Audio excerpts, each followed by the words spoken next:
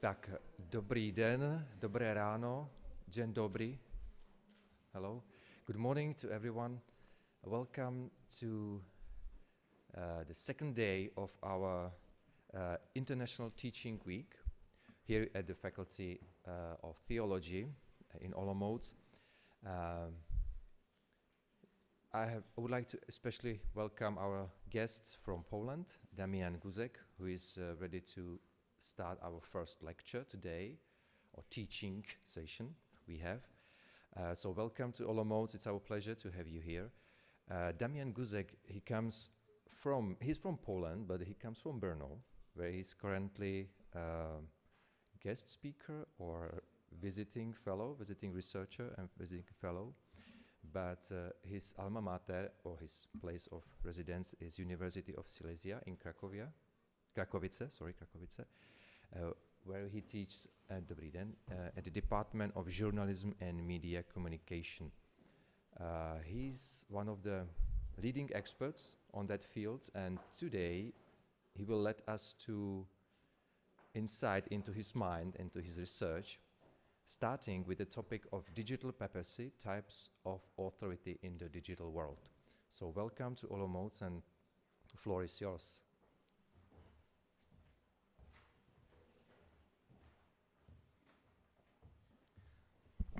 Good morning, dobry den. This class, the lecture, is actually an engaging class. So I provided you with materials, and I hope that you will be able to take part in this journey of my understanding of papal authority through digital media. And of course, it means that for another hour, 1 hour, we will engage more into the reflective thinking and phenomena related to digital papacy and religion in digital media and digital sphere. Probably everyone got the materials. If not, they are in the first row, so just prepare for the materials. If you don't have them, of course, there is an extra option for downloading that today. Before the class, I tried to consider whether you are more into using the traditional handwriting or maybe using your keyboards. If someone is planning to take part in the lecture tomorrow, which is a continuation of today's lecture, today's workshop and the class, please provide your computers. We will use them, and I think it'll be much more efficient. Now, just the essential materials. If you don't got them in the paper sheet, the paper version, there is an option to download that through the Google Drive. It's a journey about Pope Francis, and not only. And it's something that will try to figure out what's your personal approach to the Pope and the papacy through digital media that actually you are dwelling. So let's start. I'll start with very simple question. Try to follow the clip. And when the clip is on, focus on one short concept, digitalization. What's digitalization in terms of what's presented in the clip? You'll see on the screen a clip in Italian with English subtitles, so there won't be any problem, at least now. After that, we will try to follow some pinpoints and ideas that are collecting and engaging the idea of making things digital. The other thing is that we've got digital objects. So when you put notes, remember that those guys are doing something with objects. Like I've got an object here, there's my mobile here, and they've got their objects and they make them digital. So the very basic concept here is to approach from the bottom-up position. What do we see? What do we think? How do we reflect the situation? And then we will try to put some literature to that and describe it scientifically. I think that'll be much more efficient in terms of your engagement, and I hope that in about 20 minutes, people in the last part of the hall, they would not be bored. Let's start.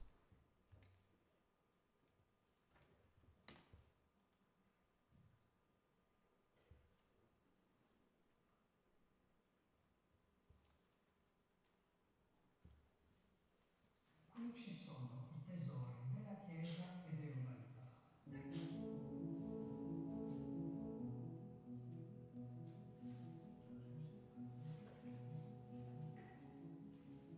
Manoscritti appartengono al fondo più prezioso della Bibbia vaticana. La nostra preoccupazione è di conservare questi manoscritti.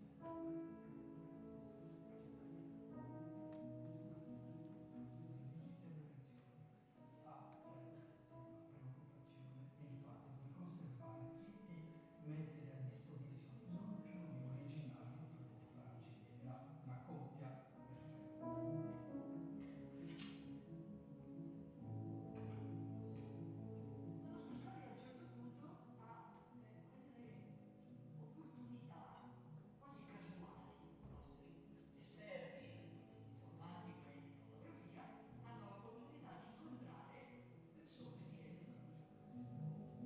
nell'entità una scommessa. Prima abbiamo creduto questa scommessa. 私ども NTT データは約50年にわたりより豊かで調和の取れた社会の実現に貢献するという哲学のもと IT の力で新しい仕組みや価値を作り出すことで社会の発展に貢献してまいりました。今回このプロジェクトに参画することはまさに我が社の企業理念を実行に移したものです。私どもはこのデジタ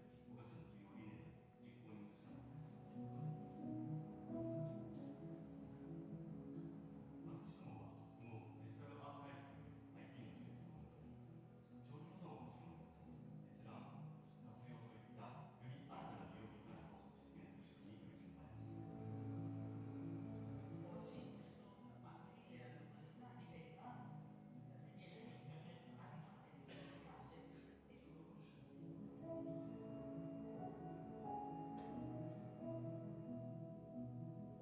に取り組んでまいります。 Oggi questo apparire all'umanità diventa l'immediamento radicale delle case e i loro consumi. 情報技術を通じ過去の先人の貴重な資料を子どもたちや後世に伝承していくことで文化継承の一端を担っていきたいと考えています。 La biblioteca è diventata la memoria non solo della Chiesa, ma dell'umanità intera. Dunque noi abbiamo la responsabilità di restituire all'intera umanità la propria memoria.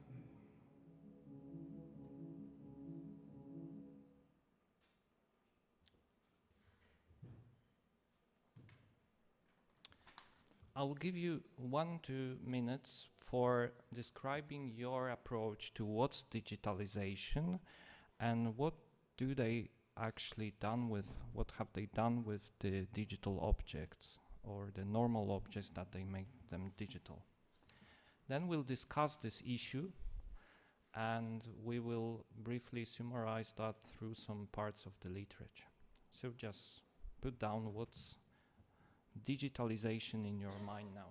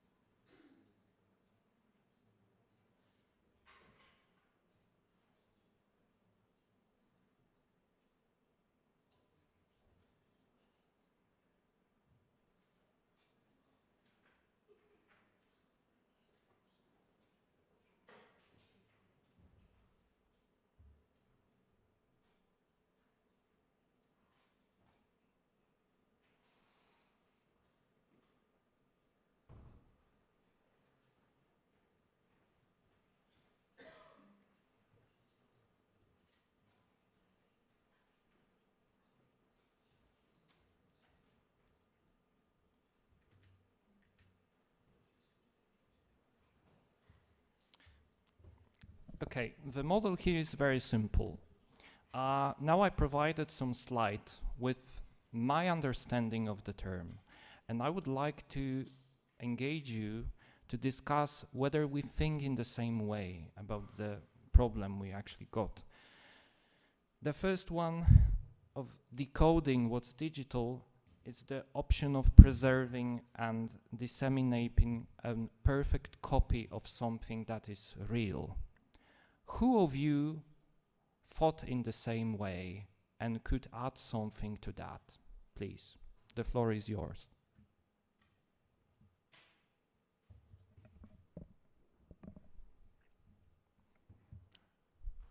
Yeah, we've got a microphone, so we can use a microphone. It'll be much better. So we're doing a digital copy. Maybe some hands that someone would like to share the idea. No one. Okay. I'll try to engage you to share your voice. If there's a problem with that, of course, I can describe it more briefly in terms of the literature, but it's always not so easy to understand and then to remember. And you know, school is pretty oppressive. You know that well, that school is pretty oppressive, and normally the teacher asks you and you. I won't do that. Because I believe that you can put your notes, and at the end of the lecture you will got a very nice path of thinking that you can reflect after the lecture. So decoding digital in terms of preserving what's actually pressure. And have you got some things that are very important here in Olomouci? Some documents, books, architecture that needs protection. Yeah.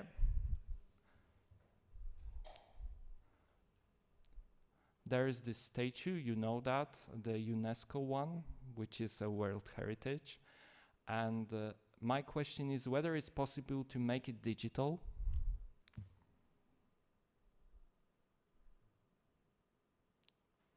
Would it be possible to make it digital? Yeah? Why?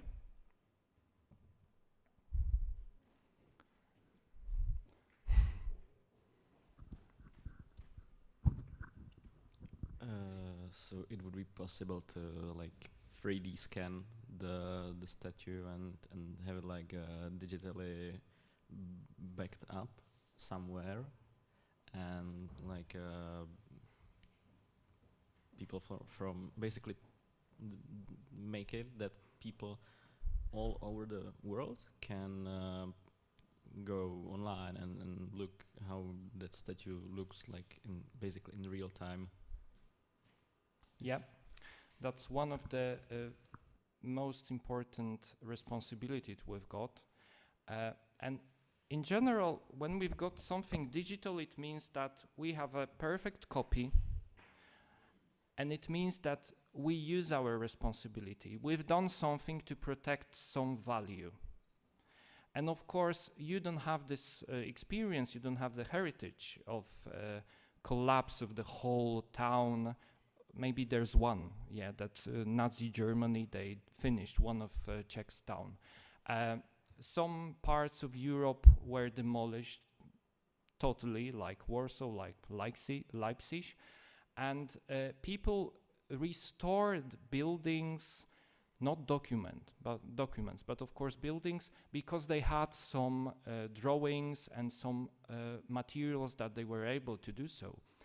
Unfortunately, those are not perfect. If you go to Warsaw or to Danzig, it's not the town we knew before the collapse and before the German invasion. And I believe that now digital copies are things that might be a protection of our values.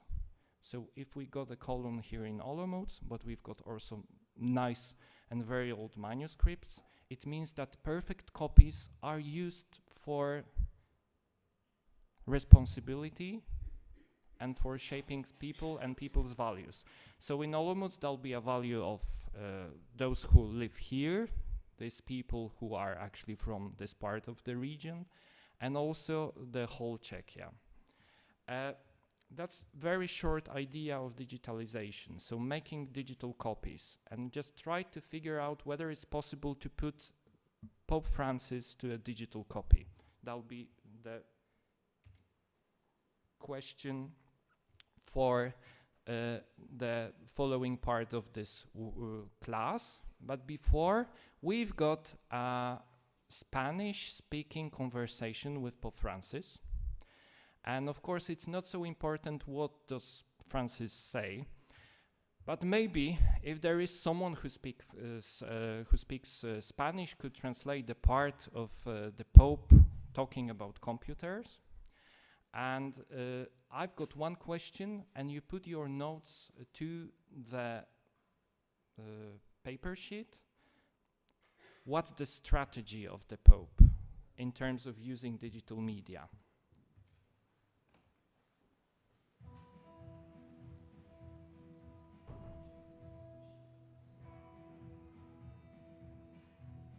En el primer hangout, el Papa Francisco nos contaba la importancia de tender puentes. Hoy vamos a hablar con niños y niñas de todo el mundo que te ayudan a la tecnología para poder aprender, para poder estudiar, para poder jugar y para poder compartir. ¿Querés decirme con la última?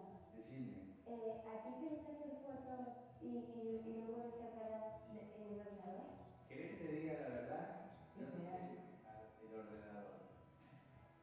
Qué vergüenza, ¿eh? ¿Qué me querés contar? Que para la gente con discapacidad, que no se rindan, que con un poquito de esfuerzo se puede conseguir, pueden llegar a donde quieran.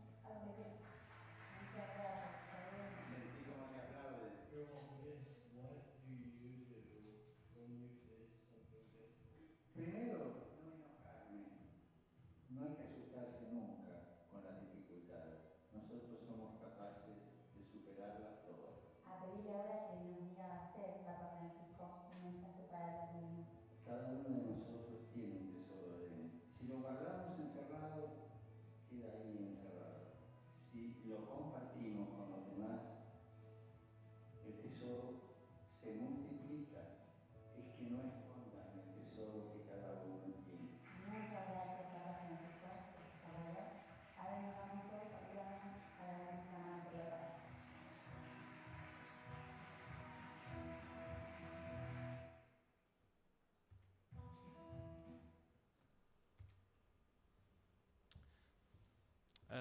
Now I would like to decode digital papacy, but of course through. So we've got a basic problem. Papacy and Pope Francis using tools that they're available. Which tool was that? You see the label.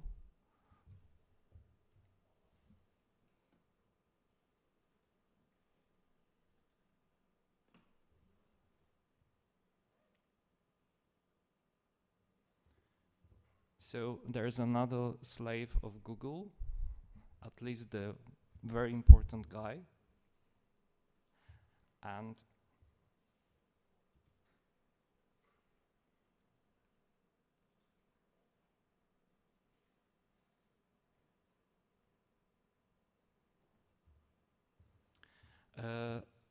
they ask him what's his approach to using computers and so on.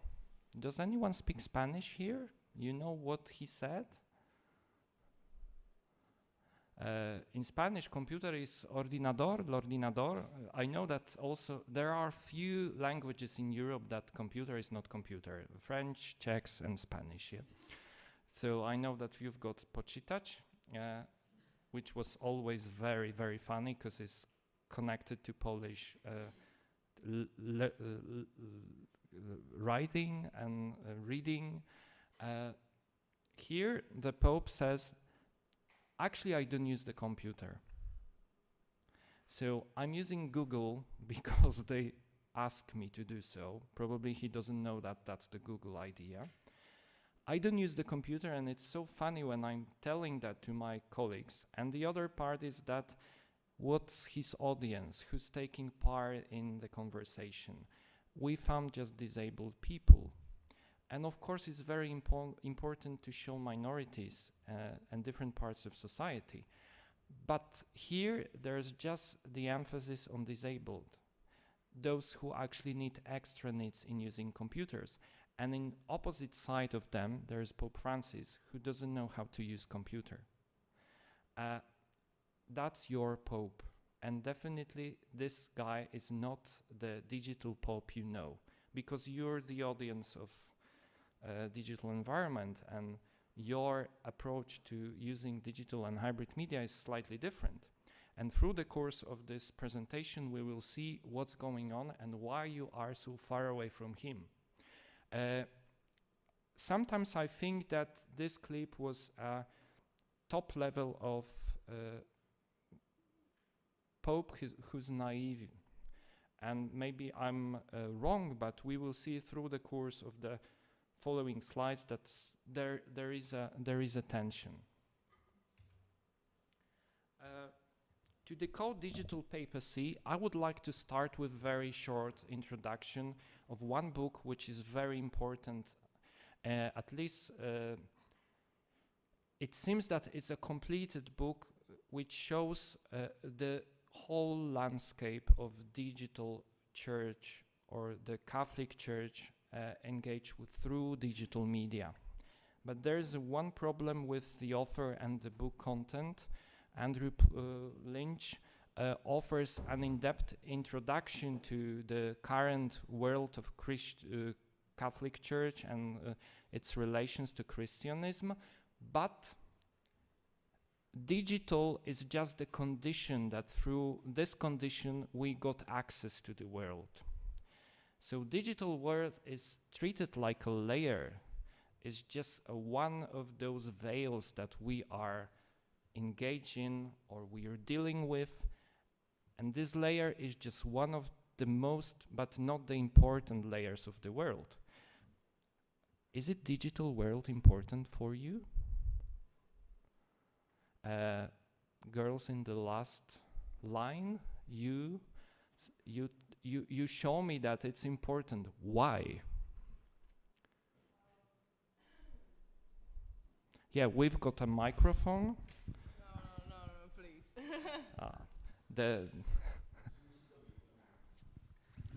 I think that digital is important for all of us because we are a young generation. Does it mean that you don't go where there's no access to Wi-Fi and internet? Yeah, it is. Yeah, of course. That's the basic difference between your generation and my generation, I believe. That if you don't have access to internet, it means that someone brought you part of your life. Yeah. You're hybrid.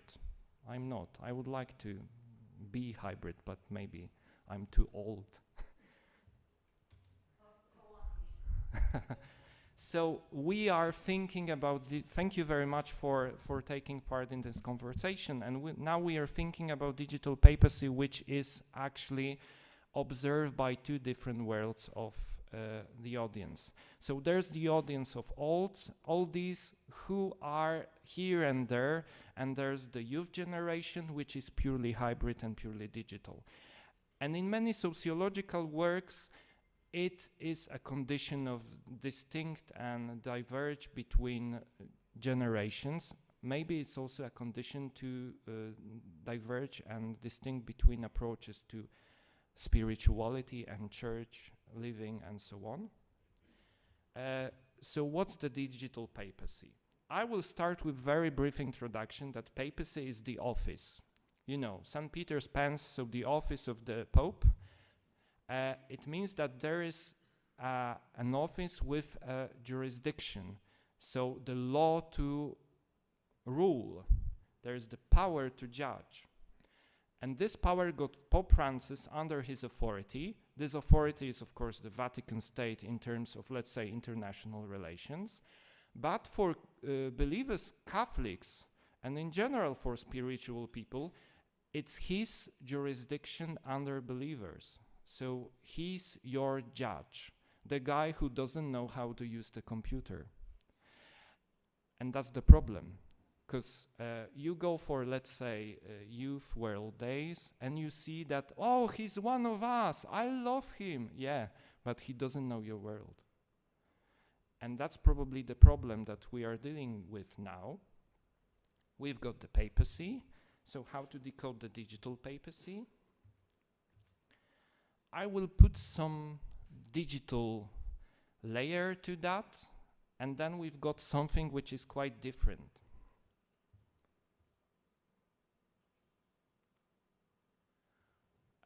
It's not just the office of the Pope and the Pope in general. It's also articulation and transformation through and in digital environment. What does it mean in digital environment? That's very simple. We are using digital media, and in digital sphere, in digital devices, Pope is articulated. But what does it mean through digital? It means that there is another vision of the papacy, which is articulated mostly by those who are part of the business. And of course, you are the business, because that's your world. Is anyone here without mobile now? I believe not. Have you ever considered that that's your memory? Yeah, it's just an extension of your memory, not of your hand, but of your memory. And unfortunately, this memory doesn't forget those gossips and so on. And you are also at different generations in types of what you are putting to this cloud, to the digital environment.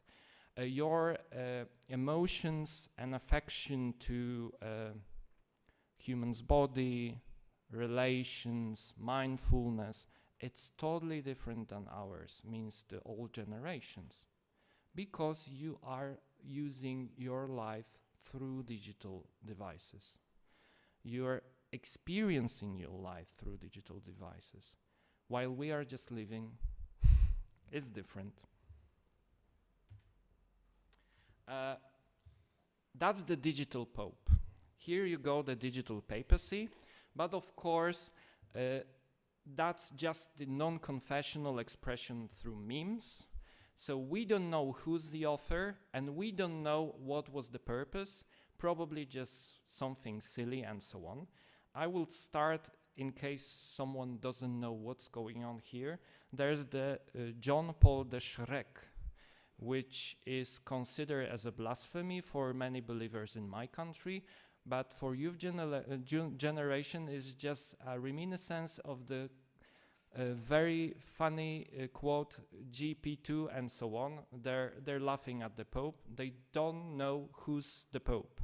Definitely that's the funny saint.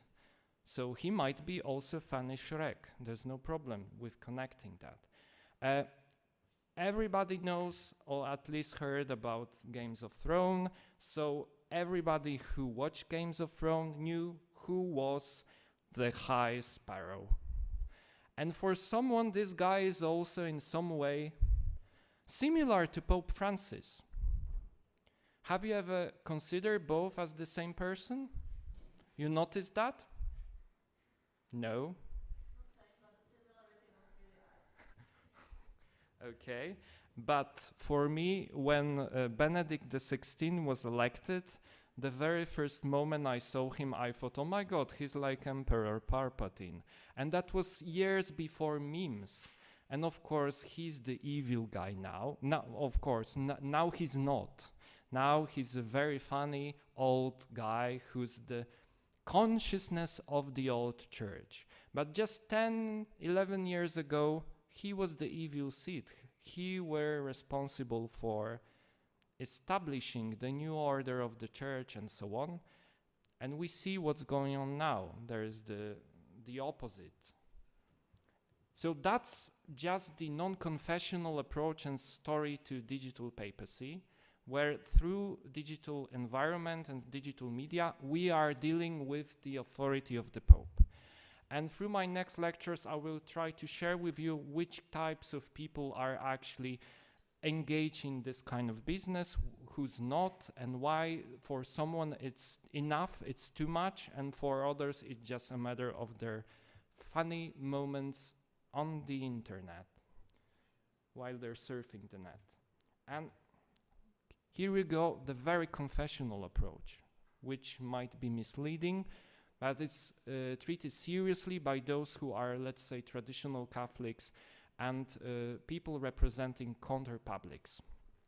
I will just shortly introduce you, because for someone of you it might not be familiar. There is a very old and very, very bad Pope. And what's his favorite toy, his item, the totem? It's Pachamama. It's the symbol of the blasphemy. And the Pope asked about the old Mass in Latin. He's disappointed, so you see the sequence of events. The guy was not able to cut down the Mass. That's the traditional Catholics from Gloria TV approach. And the other one, which shows purely what's their approach to Vatican Council, Second Vatican Council, that we got the Vatican, which was the beginning of the way to hell. Then we had Novus Ordo, so the new Mass in the local language. Local language is not the traditional old Mass in Latin. And finally, in about 2 years, there'll be the Vatican Synod, so we're on the way to see the devil's work. And it's very simple. This one is a cartoon, it's not a meme, but it shows that they don't like Pope Francis. And they got many issues to the Second Vatican Council and the current shape of the Church. So I try to focus on decoding digital papacy in terms of what we're actually dealing with, and that there are opposite approaches and opposite visions, and there are intention. Of course, I did that through memes and cartoons, so it's, let's say, funny and simple. And now I would like to share with you the general background of this condition. So what's going on here and there, what's in the background that actually there's a possibility to go on with the digital papacy. So we now will discuss all those issues that are so important in terms of digital environment. And now you all, if you're not familiar with, you understand that actually you're in that. It's part of your life and it's affecting your life profoundly. I think that digital papacy is based at least on 5 conditions. Convergence, that's the term drawn from technology to cultural studies and media by Henry Jenkins. Connectivity, collectivity. Then we'll discuss mediatization of politics, which is important here because Pope is the political figure. And of course, we'll complete with mediatization of religion, especially banal religion, which is very nice term. And you saw already some examples of the banal religion, but just a few. Convergence. Use your mobiles. Take your mobile to your hand and put on a Google Evil Bird. Do you know the case of Evil Bird? Yeah, some of you know already the case. Who doesn't know the case? I just need to know how much of you are familiar with. So everyone knows Evil Bird case, yeah? No. Raise your hands if you don't know. Okay, yeah. There are some people who don't know. Okay, so September 11, we had this bombing and the collapse of 2 towers, World Trade Center. We know that Osama bin Laden was responsible for that, while Western world, or let's say Atlantic world, was in mourning. The Arabic world established Osama as a national heritage and a hero, the one who faced and challenged America. And someone collected 2 pictures, Bird from Sesame Street with Osama bin Laden, And then eventually those riots and manifestations of support for bin Laden in after September 11, and you see that bird is present also here. No one knew who was this guy. Everybody knew who was that guy, but both they were a real meme couple.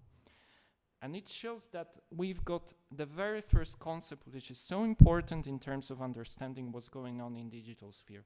Cultural convergence. It means that we got content on the net, on the internet, we put some content to the net, and then we realized that it's waving. It's transformed through memes, parts of text, and so on. Nobody knows who's the author of the final solution, so who made Evil Bird, we don't know that. Wait. But we know that he's part of the culture. It means our culture. And of course, you might be those who are responsible for converging content from one platform to the other, putting something new, adding some funny text, or changing the narrative. So convergence is the first one. Look around here. We are in the very big hall. Do you see some ideas of convergence between us?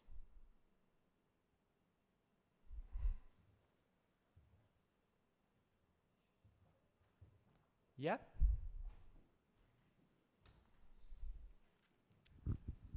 Also, religious people and atheists. Okay, it's just a mixture of social groups, and we don't know who's who. But if we've got an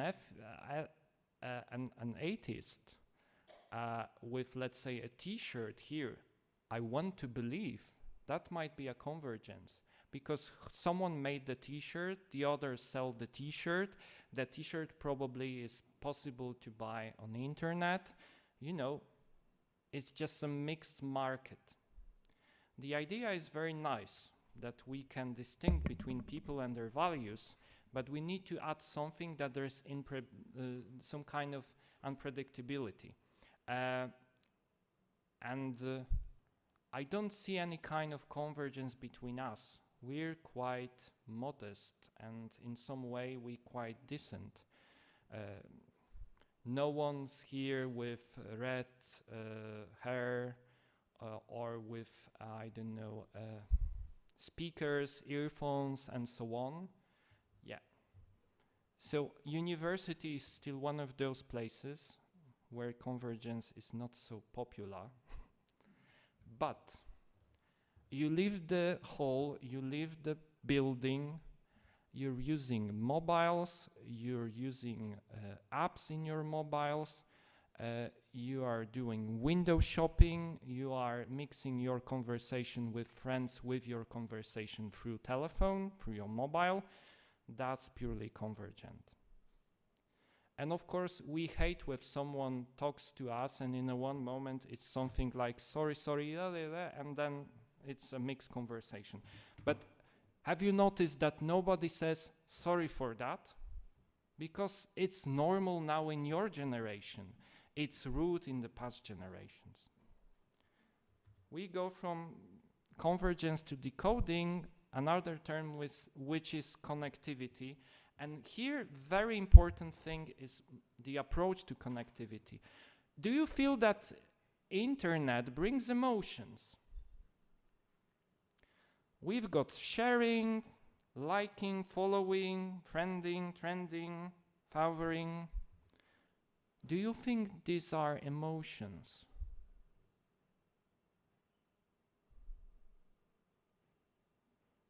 Yeah?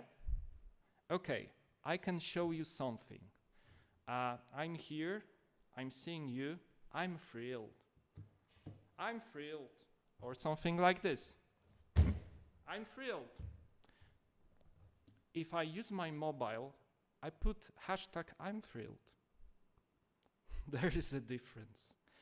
The difference is between affection and emotion.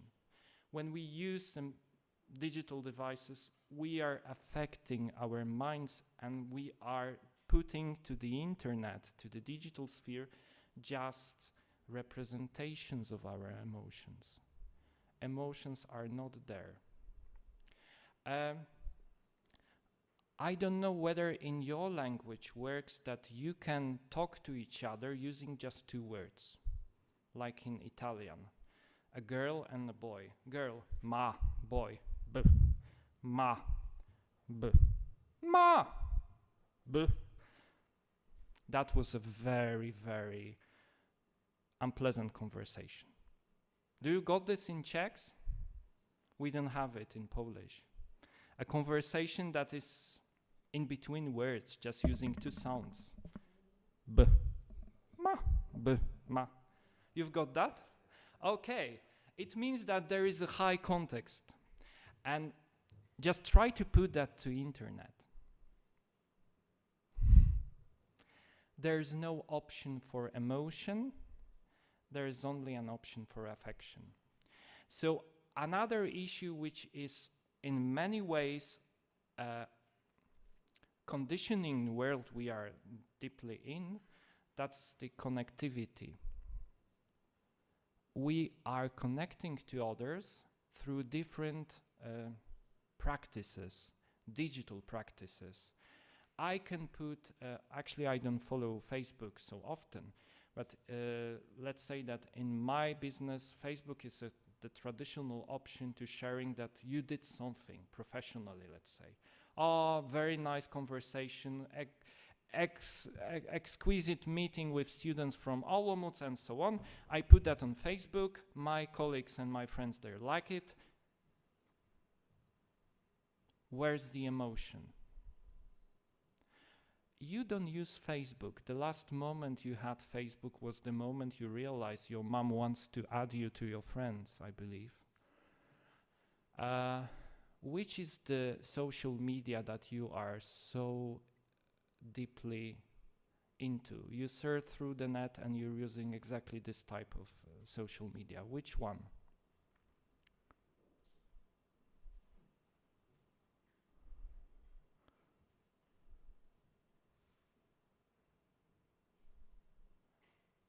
You don't use social media? Yeah, is it TikTok? No. Instagram. So why Instagram?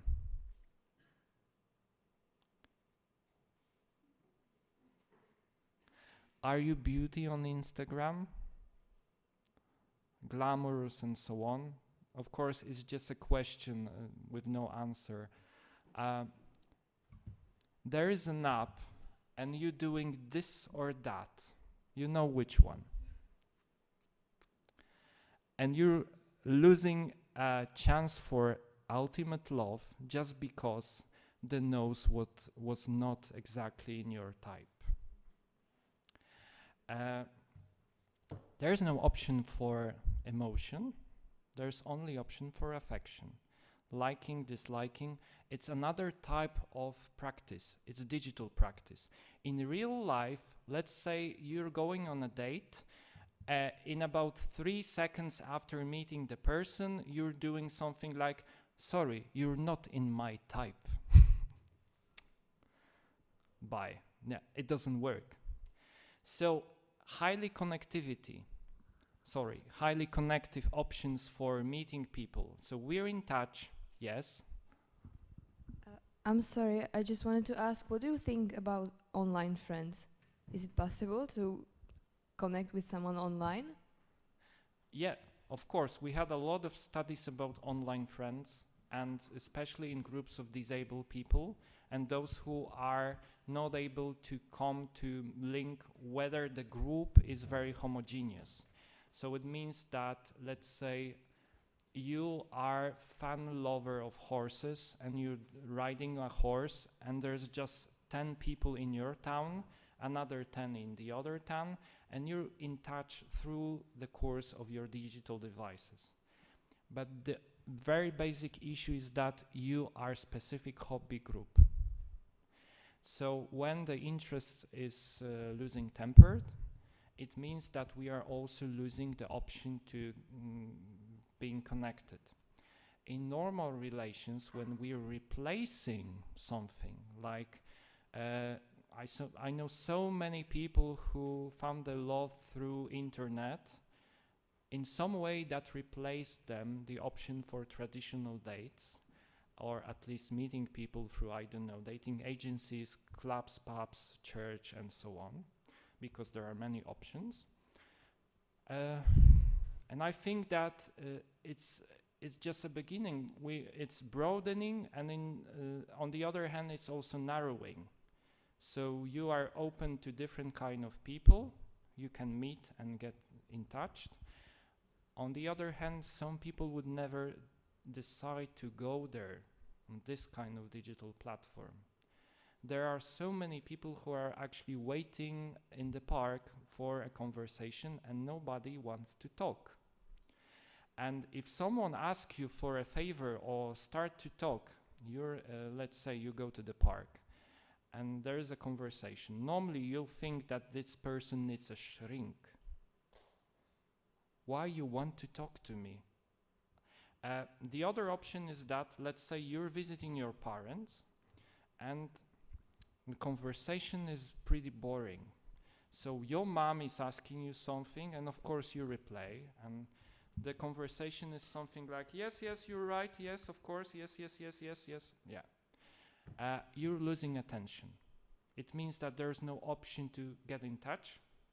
And we know through different studies that it's also an option to forget what was going on, and there's no option for affect, even not the affect. So where's the place for emotion? You know that if there are religious people among you, so amidst religious people, when the COVID pandemic started and they closed churches, so many people started to watch television, broadcast about Holy Mass and religious service. And I asked some old lady what was her behavior through the Mass. She said, I was pretty confused. Firstly, I started to bend on knees through the process of consecration. Then I thought, oh my God, it's just a telly. I can eat a soup. So the beginning was that the priest is showing the holy body of Christ, and she was very devoted. 4 months later, she was eating crisps through the Mass because it was so convenient. He's talking, I'm listening to, and I'm doing so many other things at once. Yeah, just try to remember the one moment you had your online classes and you cleaned your windows, you were doing something, and in that exact moment your teacher asked you, could you switch on your camera, please? Yeah, I remember the shock when once my students told me that the camera is broken, and then eventually she was somewhere and she was cleaning someone's house. Just the camera switch on. She should have known that, but she didn't, and that was the problem. You know, pretty depressing from my side. I was doing this and that, magics, that's the online lesson and so on. That's the ultimate reason that connectivity brings some problems. But there's something else. We can immediately change our approach to connective culture and connective society. Just let's try to map relations between Russia and Ukraine support through Eurovision. That's the visualization, social network analysis from 2009 to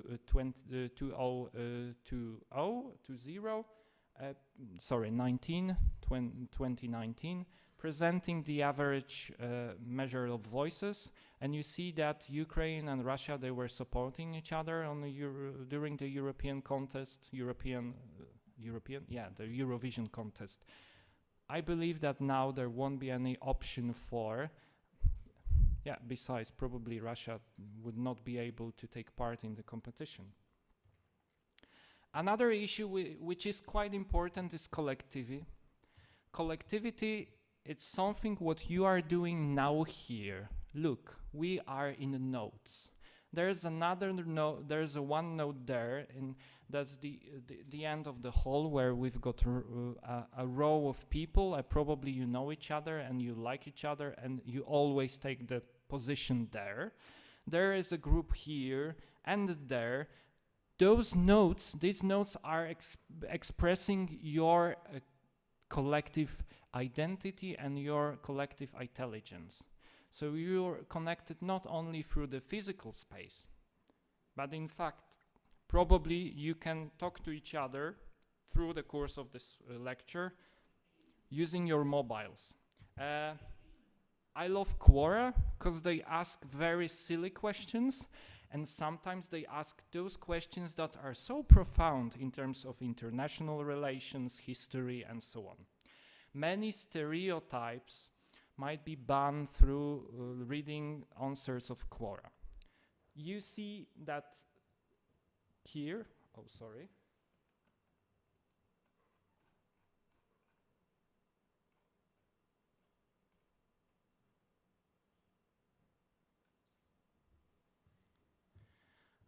When we think about something that is collective, it's not only a matter of large group of people, but it's also a matter of connections between those people. So, is there anyone here who doesn't have a friend on one of social medias present here? Probably yes. But if I ask you whether you got your, let's say, numbers and ranks, and there are your devoted followers here, you will find definitely those people too. So we are like flocks. We are in a flock. We don't follow like a hidden wolf that we are alone. We are always connected. It's another condition. If we want to understand digital papacy, if we want to decide whether we are part of this business that we are decoding and articulating Pope and papacy in a slightly different way, it means that we will do that collectively. You see a graph showing that collective intelligence is a matter of different issues. One is pretty important here, in my opinion: open source software. If you've got open source software, it means that you got tools which are your possible playground. And through these tools, you will re-articulate digital papacy and Pope Francis. We've got another issue which is quite important here. It's the mediatization of politics. Here you go, the figure from Jasper Strömbeck, I believe. It's about results of media logics. It means that there is a logic of media work. If we want to show a dog beaten by a kid, that'll be something. Of course, a kid beaten by dog, it's nothing. So we know that there's media logic, which is a group or a collection of arguments for using this and not using that. We don't like people who are not perfect. We really appreciate when something is creepy or unusual. If you want to say something important, probably you will connect that with, not with authorities, but probably with celebrities. That's the reason that everybody knows who are Kardashians, and nobody knows who was Bieber, but not the one, not Justin from Baby Baby, but Franz Xavier Ignaz. Many years ago, my students asked me whether I like Bieber or not. I said, I love him. I love this music, it's amazing. And then I realized that we're talking about different guys. I was somewhere in the past, they were Baby Baby, Justin Bieber, and so on. And that's the problem, that we are in many ways transformed through media. And politics is the issue which is transformed through media. So there is a media change which is affecting the transformation of political issues, mostly political figures, through media logic. That's the basic concept. And we have four dimensions of this change. The first one, the most basic one, we've got media sources, and they're affecting people's experience and interpersonal communication. So I believe that this morning you just surf through the net and you watch what's going on politics, culture, and so on. You've got your favorite websites and applications. If you've got your favorite applications, it means that you are under the agenda of their bosses. So they're sharing with you those informations that are the most important from their point of view, and they're omitting those informations that might be fruitful in terms of your personal growth. Sorry. Then we've got second dimension, which is related to political institutions. Political institutions wants to be covered by media. And it means that you got the presidentship, or you've got the constitutional tribunate, or I don't know, Senate in Czechia, and you know your politicians because they represent the political parties, and they are in some ways creepy when they're sharing their idea and so on. Third dimension is that we got just the media logic. So there are different issues. We can decide, but we don't decide. Guys who are in charge, they're using media logic to prefer and to share with us those issues that are the most important for them. And the basic concept is that, of course, the most important thing would be for them this thing which is the most valuable from the position of the market. So if something brings money, it means that it's worth covering. And fourth dimension, the ones, political actors. The same politicians representing the same institutions, they are showing you their faces according to the media logic and media agenda. And probably you don't like politicians because they are overrated. But they don't have any other option. The only option for them is to be covered. So they do things that are in some way even spooky.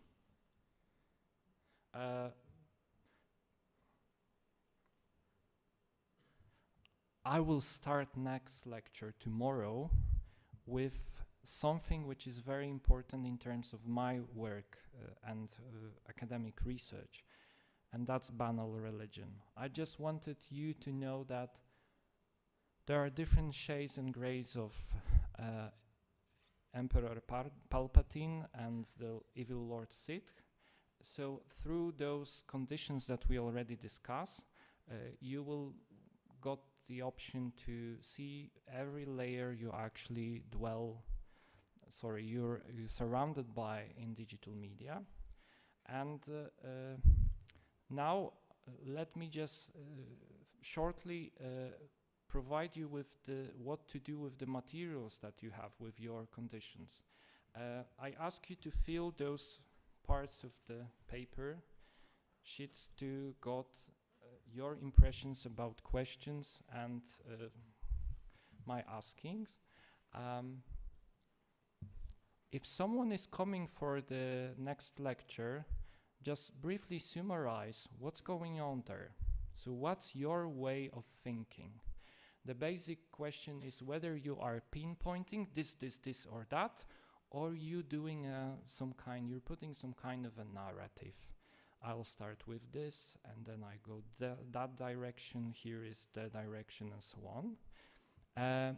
Because next I'll try to introduce the idea of reflective thinking, and I believe that with this idea it'll be much easier to utilize the part of engaging students.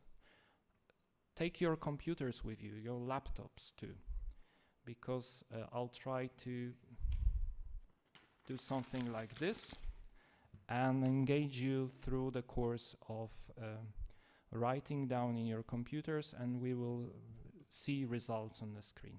Thank you for today. See you tomorrow.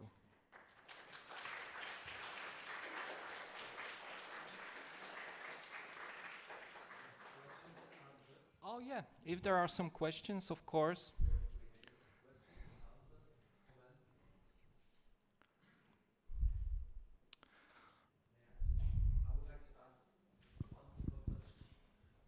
Thank you very much for your presentation. I have just one question. You've been talking about the authority of certain person, one particular office. And you said that on one side there is someone who is not able to even use the computer, a počítač. And on the other side there might be someone who is, as you said, hybrid in using the computer. Can we say that that pattern might be applied to any other authority in nowadays? For instance, Prime Minister, President, Dean of the faculty, Rector of the faculty. Is it something like a general observation also? Thank you for the question. I don't think so. I believe that it works with religious authorities. Dalai Lama, maybe for many he's not an authority, but for Russians definitely Patriarch Kirill. That's the way we are dealing with religious, spiritual leaders. In terms of politics and in terms of those who are representing other values and other institutions, there's definitely an option for much more engaging and cutting-edge, technology-driven professional help. Of course, Vatican got many resources and they can use people who know how to deal with the business, but eventually they don't.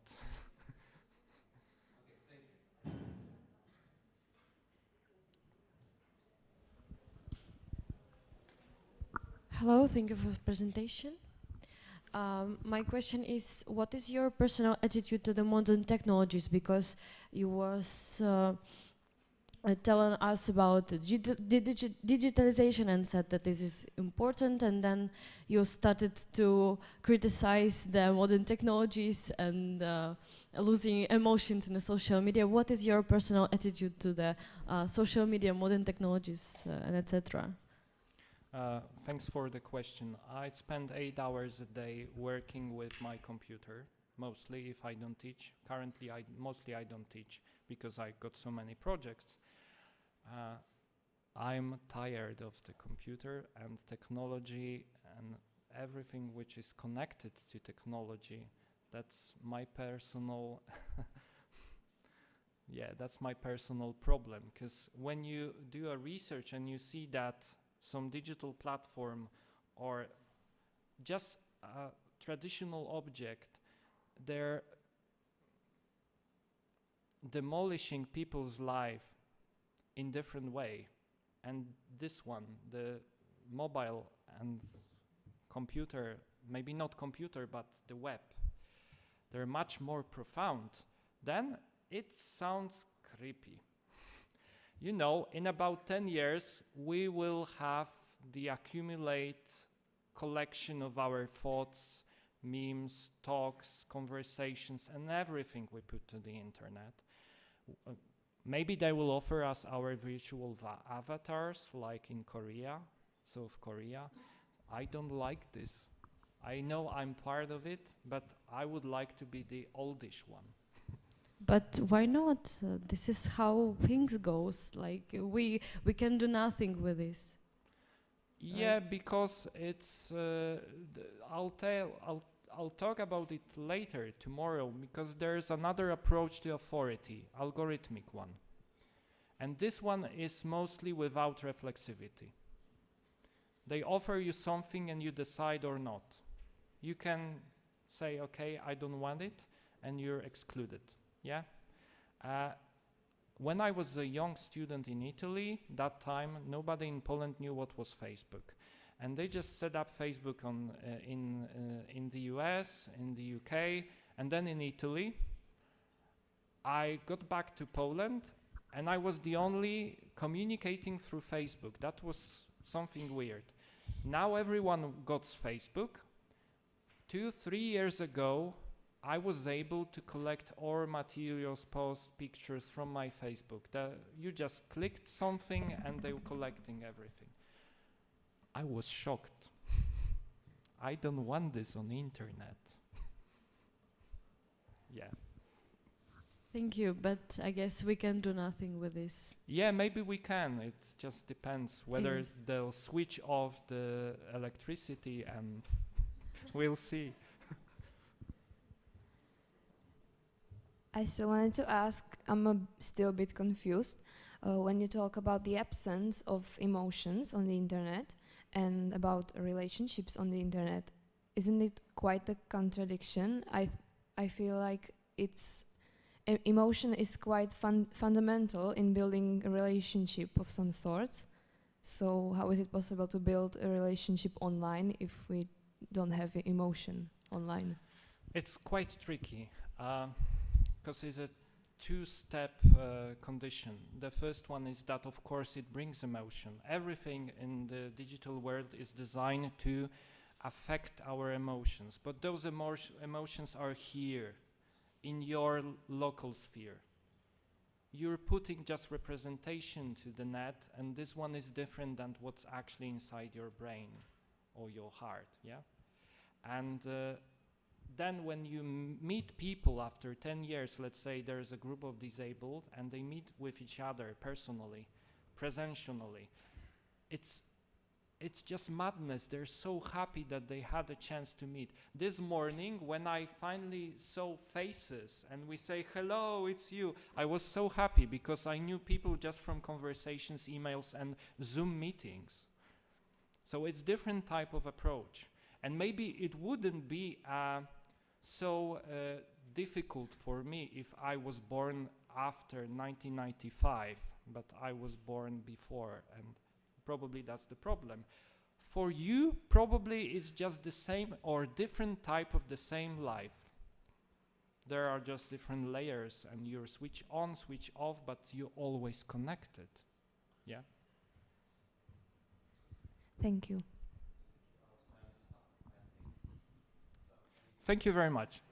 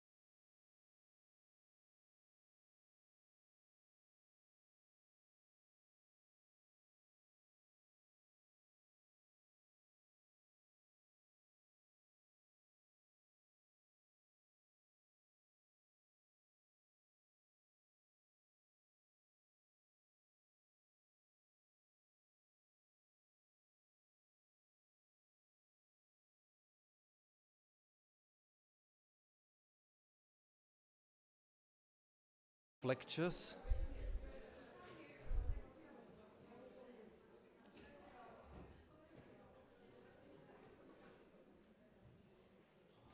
Great.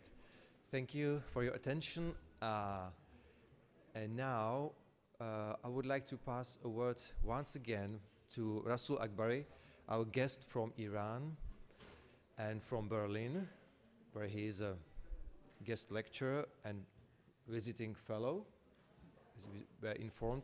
And today we are going to continue the topic of the yesterday's lecture, Digital Islam.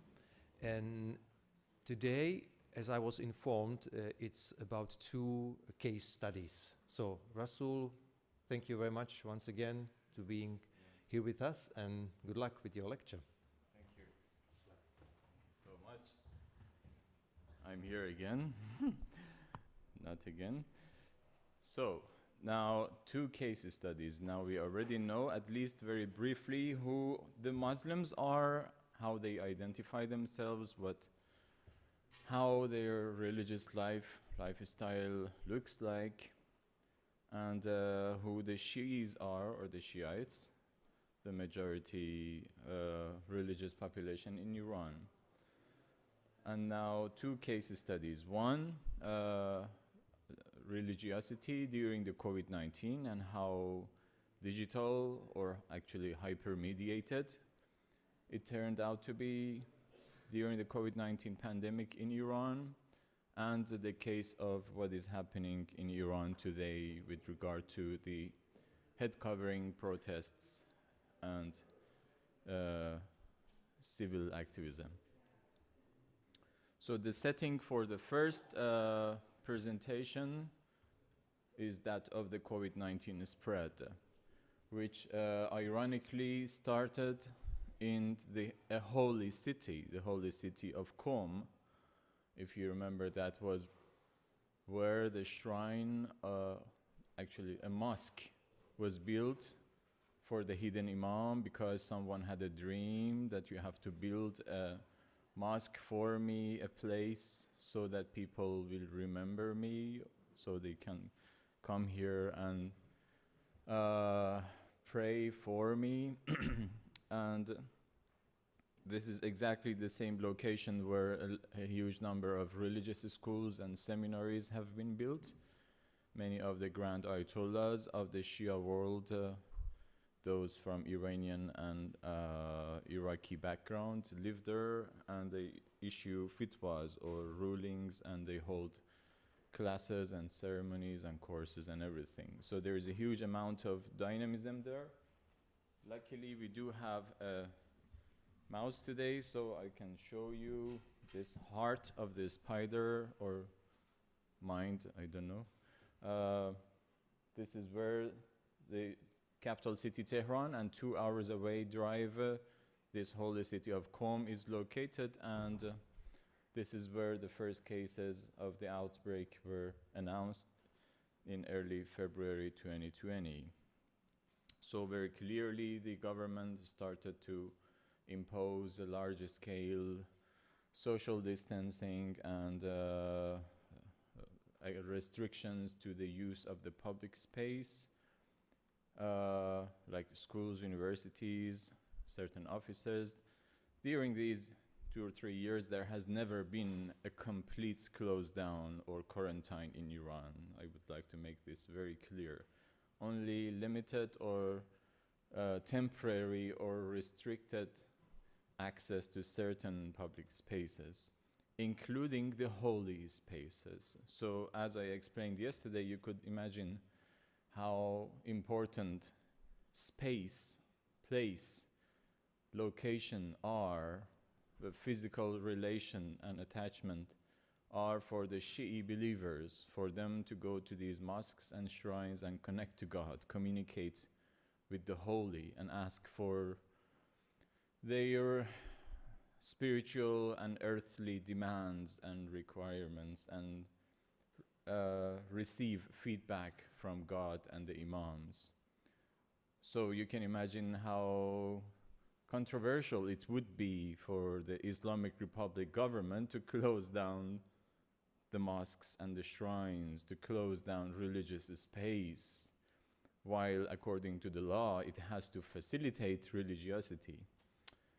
You can put this together, this conspiracy theory idea that, okay, the liberal, non-religious, atheistic state powers, world powers created the COVID-19 to kill humanity and to make access to religiosity and religious spaces impossible, and to reduce the number of religiosity cases and things like that. So there was already this motivation to understand the COVID-19 as a non-religious production to combat religion. So when the holy shrines were finally, after 1 month, closed down, and you see footages of that, there was quite an outbreak in the city of Qom and in the city Mashhad, where I come from originally. There were a huge number of reactions, both from institutional figures. I still keep this institutional, different dimensions of religion perspective. Be careful. So I explained yesterday, when I approach religion, it is from a Ninian-Smartian multi-dimensional aspect. So from an institutional perspective, but also non-institutional perspective. So you both see ordinary people praying in protest. This is where worship or prayer can become an act of protest right outside the shrine where it is closed. And this man wearing this white dress here, inviting people, talking in an end of time, apocalyptic voice, like, what has happened for the first time ever in the history, in 1,000-year history of, come on, history of, I told my wife, but I think she has forgotten that I have a lecture.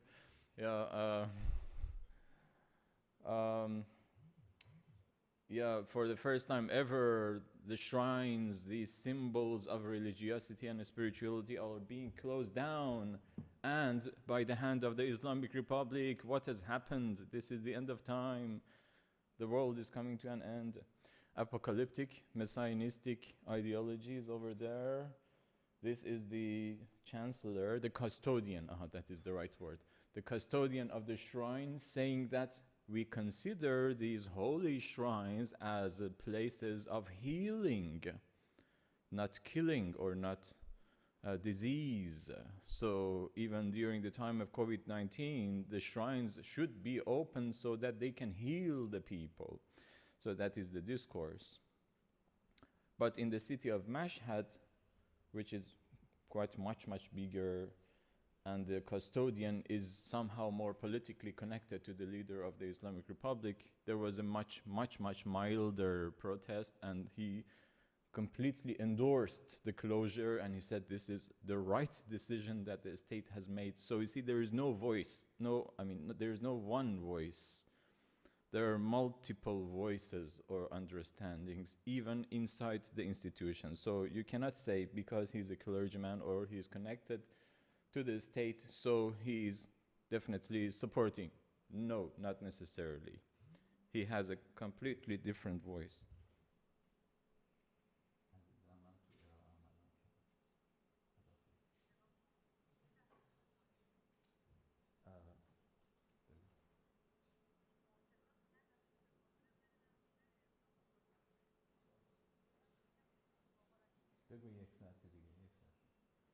Sorry, this was an emergency for her, but I postponed it. So there is no one voice, there are multiple understandings. This is something important to keep in mind. And exactly, this custodian invited the custodians of the other shrines to come together and make some kind of an announcement to the public and say that we are very sorry for this tragic decision to close down the shrines, these locations of religiosity, but we have to, because from a religious moral perspective, we have to protect the lives of people. And this was a tragic decision for us. Also, we are very sorry. This is a shame, but this is what we already have to, because medicinal experts are telling us that we have to do that. This is a global pandemic and everything like that. But of course, a number of people were not still satisfied with these state or institutional statements. So there was some protest, but it was very quickly controlled, and they were told to go back home peacefully. And everything about this was really actually very much highly hyper-mediated. So this is where I think there is more relevance to the topic of this this whole week, teaching international teachings. A lot of what has happened and what has already been happening and what happened was not purely physical, I mean in the open public physical space, but also highly digital, a mixed hypermediation. This is where I am borrowing Julia Evolvi's theory of hypermediation. I do recommend that you read Julia Evolvi's book, Blogging My Religion, Secular, Muslim and Catholic Media Spaces, actually hyper-mediated spaces in Europe. This is a wonderful read, and I have written a short review on it also. Julia Evolvi talks about okay, at least when it comes to understanding religion in contemporary society, the overlaps of interaction between the physical and non-physical, digital and non-digital space. So what happens in the digital space is influenced and at the same time influences the non-digital space. So there is in most cases, there is a two-sided mutual relationship between online, offline spaces where lots of social actions take shape. So very quickly, in reaction to the closure of the mosques, many of these Telegram channels were opened, most active of them, this one I also followed. The title reads in Farsi, Demand for the Opening, or actually reopening of the Holy Shrine. And there was a huge number of followers. Actually, this is the early times. I think it exceeded to something like more than 100,000 followers, active followers. And there were lots of tweets and posts and videos of different kinds, also calls for some kind of a protest or disagreement on the street. So this media space mediated, this digital space mediated or facilitated a physical participation by the followers on the streets. And also at the same time, people on the streets, they would take their own pictures and send them to the admin, and the admin would share them with hashtags. So people hold there and show hashtags, the connection between physical and non-physical spaces. And this act of licking by or breaking into the shrine, this is a very interesting, controversial image actually, that people break into the shrine. They don't go into the shrine peacefully, but there is a force that is there to stop and control them, and they break into the shrine. It's not in the heart of liberal or atheist, as they say, Europe. It's in the heart of the Islamic Republic of Iran. In Iran, come on, what has happened? You break into the shrine.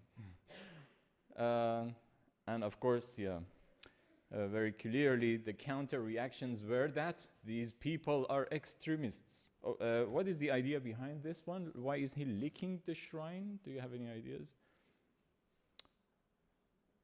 To say that there is no disease, like I won't get sick, I won't die, I will, on the opposite, get healed. Because if you remember yesterday, everything is holy about this attachment to the holy thing. Everything, including the metal, it has healing effect, not killing effect. So this was an act of protest, and of course he was arrested later and connected to these extremist Muslim groups and or what they call British Shi'is. There are many different groups of them, or being part of ISIS group. So the counter reactions are also not only physical, they are also non-physical and digital. So this tension continues online and offline.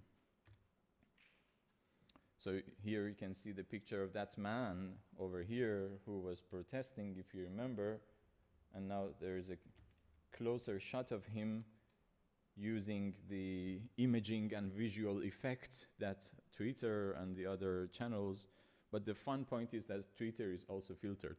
So how these tensions continue on a filtered digital space is also ironic and very interesting in itself. Like, it's so funny because the exact minister of telecommunication who is executing the filtering of Twitter, they post announcements on Twitter.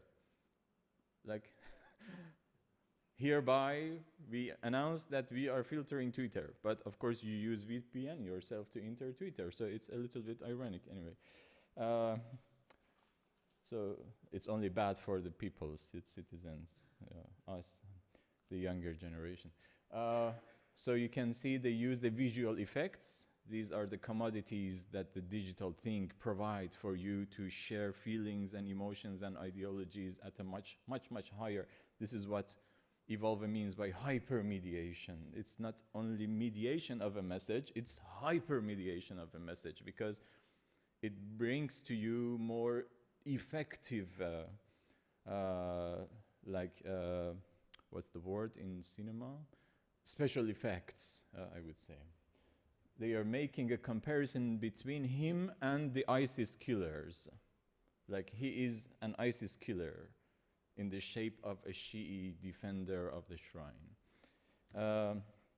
So what the problem from the perspective of these Shi'i Muslims and maybe many religious people around the world during the COVID-19 was that social distancing jeopardizes religion. It threatens religion at both institutional and non-institutional ways, of course. It not only jeopardizes ordinary people's religiosity. This is a video and footage, actually. All of these footages I have collected myself, part of my own research.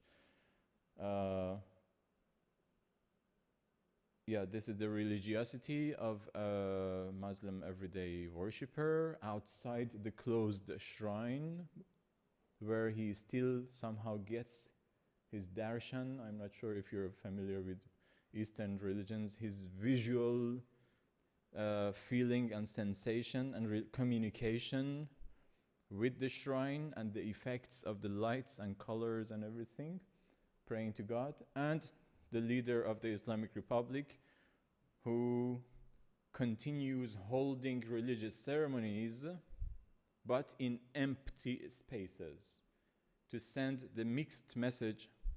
And they live him online on Instagram also on State TV and many other channels. Like the Pope, actually, the leader Khamenei is everywhere on Twitter, on Instagram, so you can compare him from this digital papacy or papacy perspective very interestingly, I would say. But he insists that for him it is important to continue holding religious ceremonies because he's the protector of the religion and its rituals and all its dimensions of worship, but also at the same time to put on the mask in an empty space to emphasize that he also cares for the life of the people. So a very, I would say, interesting way they have found to mix the two concerns: caring for the life of people, medicinal concerns, and religiosity concerns. So what is this threat to religion, I would say, this is my word, capital circulation. Religion has a capital, or religion is a capital from social science perspective, and it circulates the capital. So the economy of religion, authority of religious institutions, the spirituality and religiosity, or they are all put in danger in a way when there is a social spacing imposed. So this is a sick person, and they have connected the sick person to these fences outside on the street near the shrine so that there can be a healing effect, perhaps. This tie symbolizes connection or communication with the holy. That has to be physical, not only spiritual, and many other ties, and the continuous holding of the ceremonies, you can see. Or so from a theoretical perspective, you can see, for example, from Pierre Bourdieu's, the French philosopher's perspective, that in the religious field, this production, distribution, and consumption of resources and capitals have to do with the continuity of tradition and culture and social life. And social distancing puts this circulation into danger. So I will skip some of these parts. This is what happened before the COVID-19, and that was what happened after during the COVID-19 closure, but step by step, they try to open a little bit of this space and provide limited areas of this space. So let's skip these. And jump here. So of course, because this is a teaching classroom, somehow the context, if you want to deal with a number of questions like this, like what is happening exactly, what are the different dynamics, who are the different agents included, what are their values, meanings, and understandings, how do they put it into practice, what are the different physical, non-physical, digital, non-digital spaces. If you have these research questions, of course you need a methodology. I use triangulated methodology, in which I use participant observation, not only in the online and offline, physical and non-physical, digital, non-digital spaces, but also conduct semi-structured interviews with people, again, both in the physical space of the shrines and mosques, but also online through Instagram. Those people I follow, I ask them questions. This is how I collected data, but also I look at the printed and digital materials. I take screenshots. I have a huge number, more than 1,000 of them, that I collected during the COVID-19 and during the time I was researching this, from the beginning almost of the closure until 2022, through the different waves of the COVID-19. And I mainly focused on Instagram because before these protests in Iran, this was the only open and very much attractive social media platform for Iranian users. They say more than 40 million, like more than half of the population, more than 80% of the younger generation are on Instagram in Iran actively. So this is where I collected my data, and I could put them into different themes and stories and interpretations that they have and their reactions anyway. But how I come to analyze it, first there is the question of a space. So this space itself is a contested resource. Different groups, different agents, different institutions, private people, public, in private life, in public life, they have discussions about it. There is no one understanding of space. Like, many people were angry and they disagreed with the religious people forcing the government to open the shrine, including us, for example. We considered this very much irresponsible because many spaces are closed, so the shrines should also be closed. the government does not provide enough vaccination, we are under sanction, we have difficulties, so it's very clear and responsible that the shrines should be closed to protect the lives of people, but some people understood it differently. We would say, come on, virtual pilgrimage is wonderful, you can stay home and do digital pilgrimage.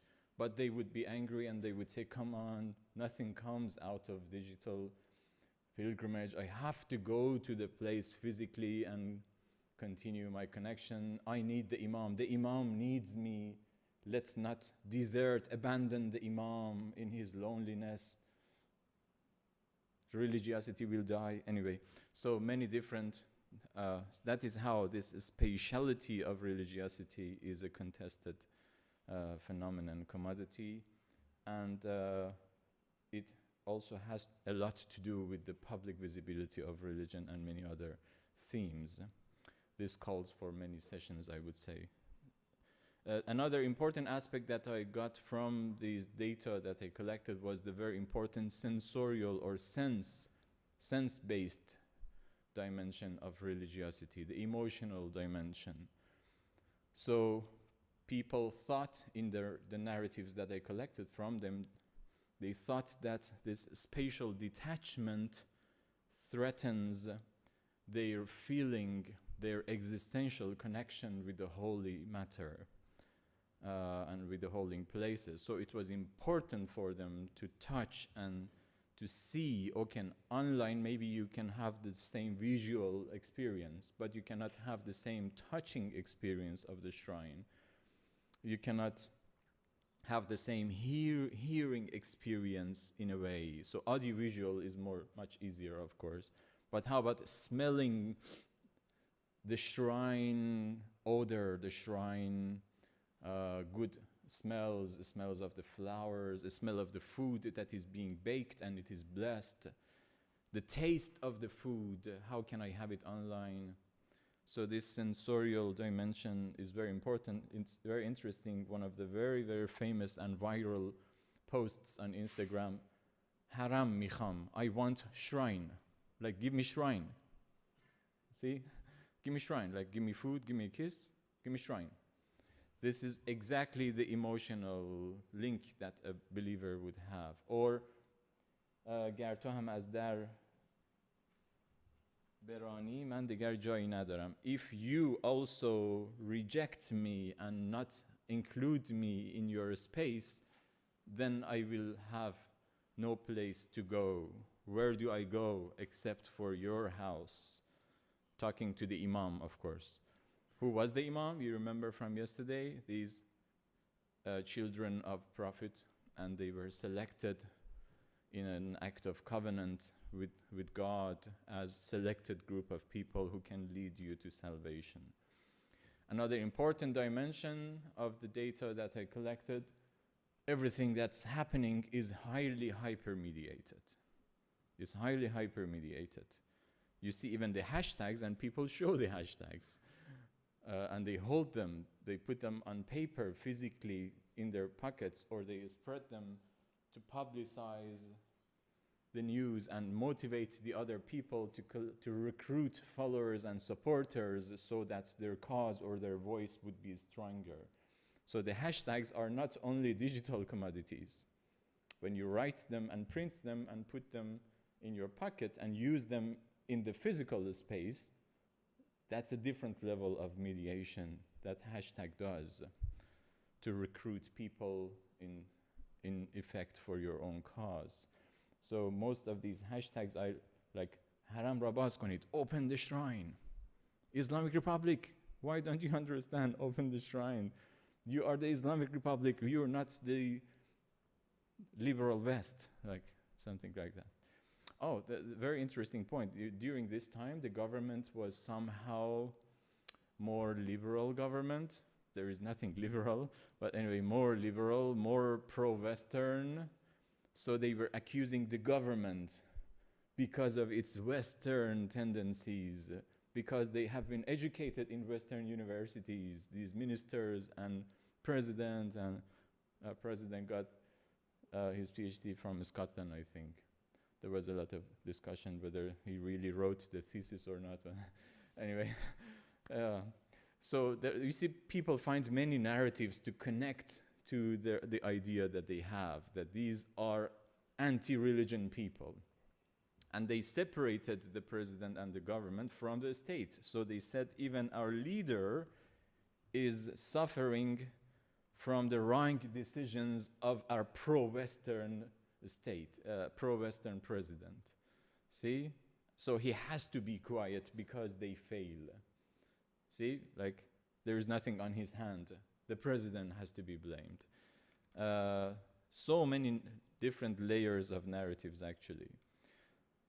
And this hypermediation was not something to do only with the religion in Iran during the COVID-19. Actually, the religiosity of people in Iran, and many other, of course, countries and religions and cultures, is highly hypermediated. So here, these are the bags of food, free food and charity food that people have collected to give to the poor people because their businesses have failed in the COVID-19 closure. So they use the ideology and the hashtag jihad idame darad, or jihad continues. This jihad is not about killing Western people. It's about, because jihad religiously means hard work, attempt. This jihad is a charity work. There is a more pro-social, moral aspect of this attempt to do. Or these live streamings of social spacing, or live streaming and footages or Instagram posts about the rituals in physical space. So to better understand this, you really need to, sorry, how much time do I have? 20 minutes. Fair. So 5 more minutes about this thing and 10 more minutes about what's happening in Iran today with regard to hijab protest, and then some time for any questions. So to better understand these dynamics and the data that you have collected from the field, of course, maybe you already know, there can be at least 2 approaches. Like, you can have some kind of an empty mind, have no specific theory before you go to the field. The field can be physical, it can be digital, so wherever you collect your data for research. It can be library, of course, also. But now more people in social science, even in humanities, they prefer to use lived data and access it. So you can have some kind of grounded theory, like have no special theory, go to the field, then come back to your office, and in this act of go and come, see what new theories might arise, or how the data you have collected and the narratives you have collected, they can match with the theory that already exists in your field. This is what I actually do. So you cannot have an empty mind, of course, completely, because you already need to know what you're looking for. So at least you have some questions, there is a problem, you know, there are some theories. I was already familiar with Julia Evolvi's hypermediation theory, but all the time I was looking at the data and collecting the data, I was trying to focus only on the data itself and free myself from the theories that I know that they explain or describe the data I have collected. But when you go back, of course, you need theory to better understand and to describe and analyze and explain what is happening, what's there, why is it happening, or what new things can I add, like do I have a way to contribute to conceptual framework that already exists or not. So one important dimension, one important field would be, of course, I would say digital religion. So this was originally, by the work of Heidi Campbell, mainly focused in the first years on religious practice online.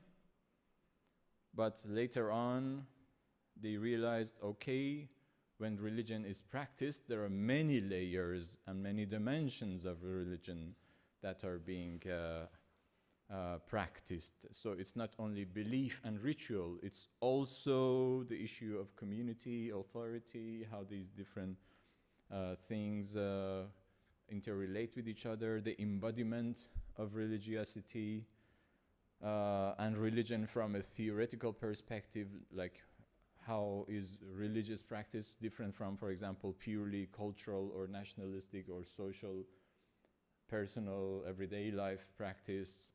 We need to talk about this.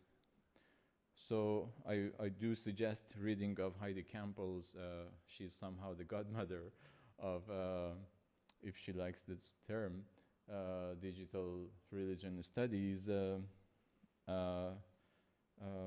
So also the study of digital religion has a lot to do with the material aspect of religion, because when religion is mediated, it is materialized. Of course, many scholars of religion, material religion, would say there is no religion that is not material, because otherwise it would not exist. Like, people would have no connection to it. Religion is materialized. Even the most theoretical, spiritual ideas and ideals, in a way, in the practice of religion and in the space of religion and in the institutions of religions, they are materialized, they are embodied, they are practiced, they are put into form. Yeah. So what I am somehow adding or contributing or somehow highlighting or underlining is religion in Iran, at least the way it is mediated or mediatized. There are at least two important points to it we should be careful. It is not only confined to the institutional aspect of religion, so it's not only religious organizations and how they embody religiosity. It's not only the institutional aspect of it, but also the more non-institutional, everyday aspect of it. The practice of people on the street. So everyday religiosity also is an important thing to look at. And also the materiality of this digital religiosity. That is an important aspect to keep into mind. So when I talk about institutional or diffuse, I'm talking about Peter Berger and Lachman, of course. It is very much connected to the discourse of everyday religion in the study of religion. So I see a huge link between digital religion, material religion, and everyday religion. This can be a conceptual triangle for you. So some examples I bring for you. That at the doctrinal level, all of this data was collected during the COVID-19, and it has to do with Shi'i religiosity in Iran, online, on Instagram. So you see the doctrinal aspect or the narrative aspect of religion. This is the image of the Caliph Ali, the fourth Caliph, the son-in-law of Prophet Muhammad, if you remember. You see people are sharing lines from the Quran, lines, they get it from the scripture and post it on the digital space. There I had a student whom I was following. Of course, there's an ethics of research. We should be very careful. I hide the IDs of the people. I also asked them if I can screenshot their posts and stories and if I can use them for my research and reproduce them in presentations and show them to the people. With, of course, the ethics of anonymity, to keep them anonymous. Most of them say yes. If they say no, of course, I won't use their data. This student who is studied in comparative religion, at the night of vigil during the Ramadan month for Muslims, is using the symbol of Christianity and something from Proverbs 3:5-6 to talk about her Islamic religiosity. That's very much synchronistic and very interesting for me. And it is the digital commodity of using logos and what are they, smileys and symbols that makes it possible for her to somehow embody the feeling that she has based on the teachings that she had at university about Christianity and the religious Islamic feeling that she already has now, and she connects them, synchronizes them with each other, and makes a post, and which leads to an effect, because a lot of her followers ask her, like, what is it? Explain to us. So it creates some kind of a network of communication and discussion and discourse, and she tells them about Christianity, and they ask her, are you becoming a Christian? And she says, no, I'm simply using the same symbols to share my feelings. So it creates some kind of motivation and moment. There's a ritual aspect. Even if they hold it physically, they stream it online. This is a very, very, very important Ayatollah in our city, very effective in political and religious scenes.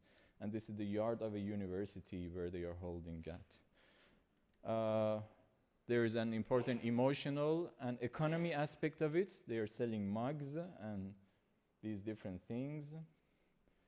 They sell them. There is a religious business. And I cannot see you, so from afar, hello to you, Imam.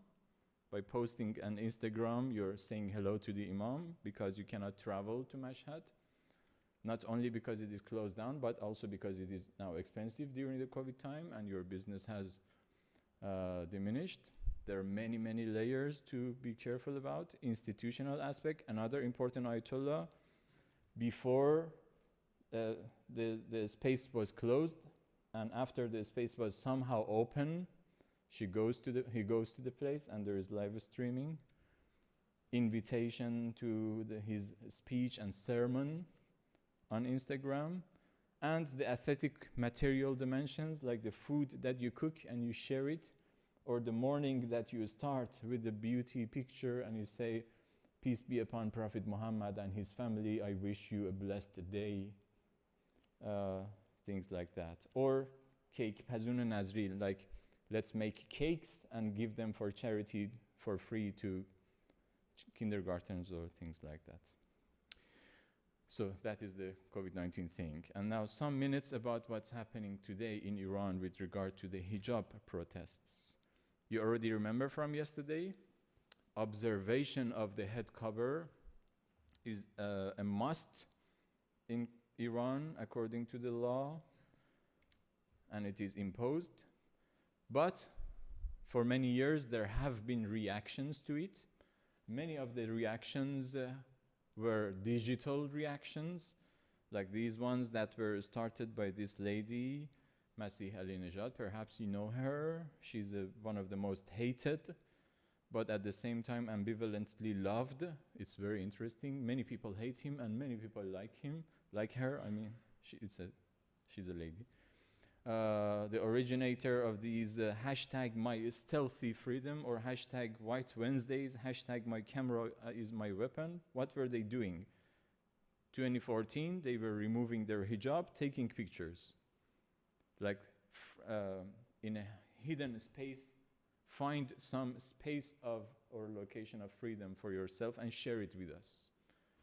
It starts physically, maybe it starts online, digitally. She motivates them. The people take pictures, girls, and they share with her the videos and pictures, footages, and they use hashtags and they go viral. 2017, they had White Wednesdays. During Wednesdays, every Wednesday, they would wear something white. Men also, women, remove hijab in an act of protest. Later on, use your camera to footage morality police if they are doing bad with ladies. And it turned into a movement, really. A very important media study aspect of what that was the presumptive synthesis. Like presumption, of course, is a mixture of consumption and production. When the consumer, these ladies, these activists are consumers of these hashtags or this digital cause. But at the same time, they produce and they add something to it. and it finds more dimensions than it was expected. It was expected to simply be a protest hashtag, but later on, it turns into something really vast and uncontrollable. So many ages, many genders, outgroups join this movement. People who are not Shi'i, not Iranian even, not Muslim, they join the same cause. This is presumption. In many different spaces, in front of the morality police car, for instance, or in here because it connects you with Persian Empire civilization. Before Islam, we had a civilization, so this is in Shiraz. Or in the heart of a religious organization. Many spaces you find them. They are physical, but as soon as you put them on hashtag, they become digital and highly viral. So, also in the shrine, this is, I think, in Isfahan, I suppose. In front of the sign that tells you to put on your hijab, you take off your hijab and take a picture, viral. So you can imagine how dangerous it, step by step, it became for these women. They were identified, jailed, imprisoned, questions, investigated. So the electricity box, they were using it so much to go on it. It gave them some visibility physically. People could see them. They used the public space, but also they used the hashtag space, the space that the hashtag provides to them. And for some time, the police was protecting these or moving, destroying the boxes because someone would go on them and protest. That is how you can solve the problem. I show you pictures. Men joined by putting on cover, not by removing cover, by putting on cover, they show protest. So this is absolutely, for me, presumptive effect, like how the consumers join the production of meaning and values. Wife and husband or boyfriend, girlfriend, they take pictures to show their protests. Many different ages of people, outgroups, like people with hijab would join to support freedom for hijab, artistic visualizations, and step by step. Of course, there were reactions to her also, huge ones. These are the reactions saying that she's connected with the West, with Israel. She's receiving money from organizations, which she's doing actually from a number of American parties. She's being funded, saying that this is a conspiracy done by other religions against our religion. Do the opposite. Let's give as a gift hijab to ladies and girls. Let's protest in huge numbers and wear black, because this color black is the color of hijab, to protest. Let's show the beauty of hijab. These are reactions. See, even the tensions are online, offline. Or even you make accounts like Puli Nejat. Her name was Ali Nejat, and they changed it to Puli Nejat, which means someone who makes money. It's business for her. Or put upside down, simply upside down the picture, which means you're nothing. We humiliate you. And on these Wednesdays, they go out and say, these are the Wednesdays of freedom for us. Hijab brings freedom for us. And fortunately or unfortunately, the same movements continued until 1 or 2 months ago in September, when a lady was arrested, Mahsa, and according to this footage, you don't have this is not her, this is another picture, but this is quite similar thing when, of course, they invite them peacefully to these vans, morality vans, and they take them to these places and they hold classes for them and teach them, come on, according to the law and according to Sharia and according to morality, you have to observe the rules. They teach them in such a kind of context. But if they react and they don't want to go, So something can happen. You can trip on your shoes, you can fall, your head might contact a hard location, and perhaps this is what happened. We really clearly don't know what happened. Maybe they beat her. Nobody knows, and they don't tell us, of course, what happened. But the only thing that exists is she was talking to the lady and saying, my hijab is okay, there is no problem with it. And suddenly she faints, and that's the end of it. The start of the protest, actually, because these footages of this girl being arrested, and she comes from a minority Kurdish people background. She's nice, look at her hijab, look at the videos of her singing songs. Suddenly all of this data is pumped into the digital space, and the protest starts. People show reaction, both physically, again, hypermediated, burning the head cover, actually, and dancing around it. This is a Persian act of celebration of something, celebration of the fire, but this time the fire that comes out of burning the hijab, the head cover. And hashtags again there, so it is completely hypermediated, because many people don't do that. They simply spread the hashtag. You have to be courageous and brave enough, or reach to some point to be strong enough to go out onto the street. But you can use hashtags. That is much safer, of course, but not completely safe, because they also follow them and call them, find them, go to their houses and imprison them and invite them, maybe. People cut their hair in an act of protest, not only Iranians, but also many international celebrities. This one was a very moving footage, actually. This girl was taking a video of herself. Maybe you have seen the video, some of you who are more curious. And she said, you know how much I love my hair, but now I cut the thing that I most love in protest and in reaction to what is happening here. Yeah, hashtags. And they are not only hashtags, they are physical also. See? So, hypermediated spaces. Some more footage. And they are very much discursive, like the morality police is an ordinary person, he says his prayer, he's a moral person, but at the same time they use metal bullets to shot at the bodies of the people. So a number of activists, the same space is used, digital space, by two sides of activism. Those who defend morality of Islamic law and the hijab and the revolution, it's almost the same for them. To protect the Islamic Republic of Iran is to protect Islam. It's to protect faith.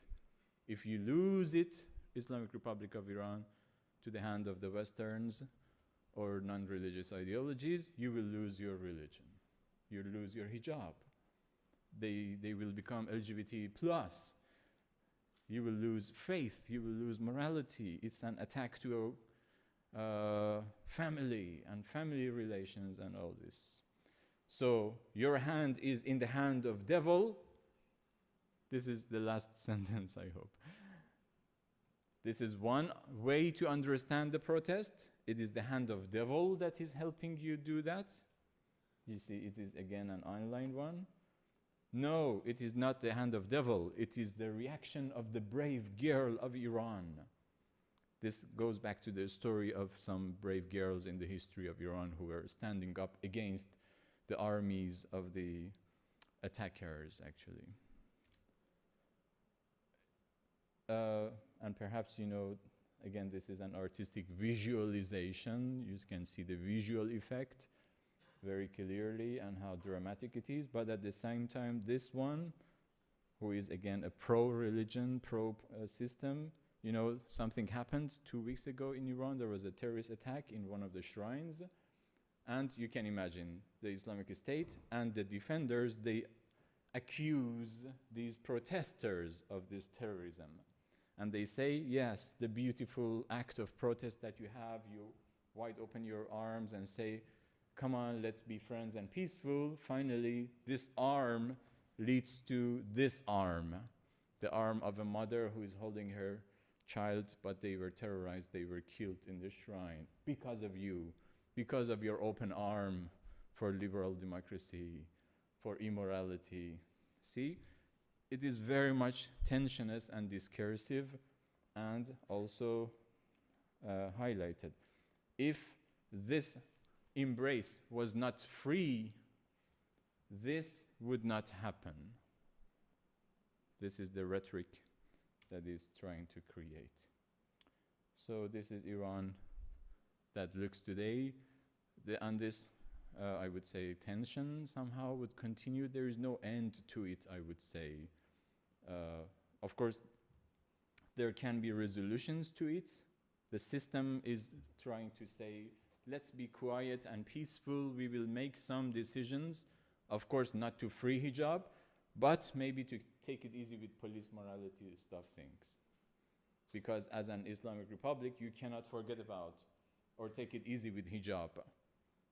It has to be imposed. It has to be observed. But maybe we can take it easy a little bit in terms of controlling. But they don't even say it very publicly because you don't want to tell your child that you take it easy with control. It's a parenting style. It's a masculine, patriarchal style of dealing with the society. Those of you who are a little bit older and remember the time of communism, perhaps they would say, yeah, it reminds us of ourselves in the like 20, 30 years ago. So sorry, thank you very much for your participation. You can imagine how huge amount of data I have to share with you, but I think this was my only chance to share some of it with you. Yeah.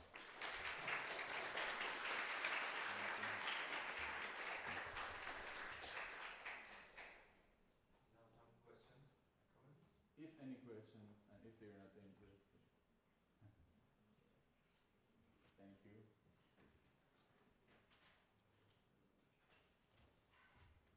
So if you're interested in knowing more or connecting still with me about some of these topics, or ask for any questions or recommendations, you can easily reach me at this.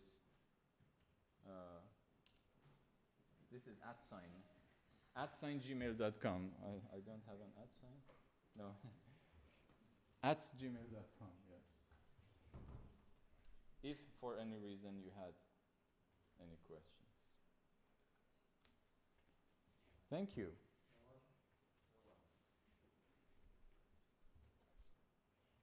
Okay, thank you very much. Yeah.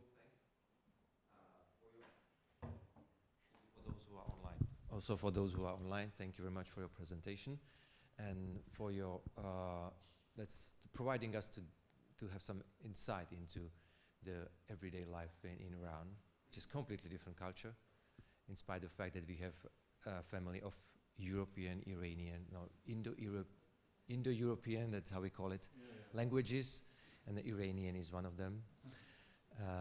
Still, we are going to take a break, and another lecture starts 11:10. So in 15 minutes, we'll be back with the last question of today's season.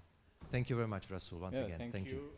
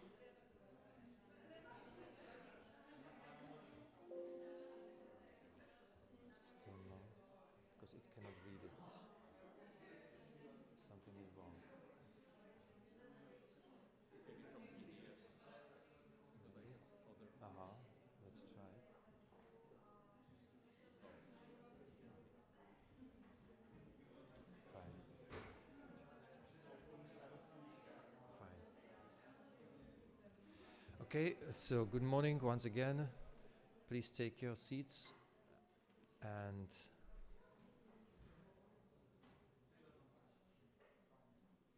we are going to start our last lecture today, and our lecturer is, for you, well known, Radoslav Sajna-Kunovsky, who had been lecturing yesterday for a slightly different topic, but today it's about the new media revolution, and the lecture starts with the word internet. So I'm looking forward for your presentation, and thank you once again for your coming. Thanks. To enlarge it. And if you press this one.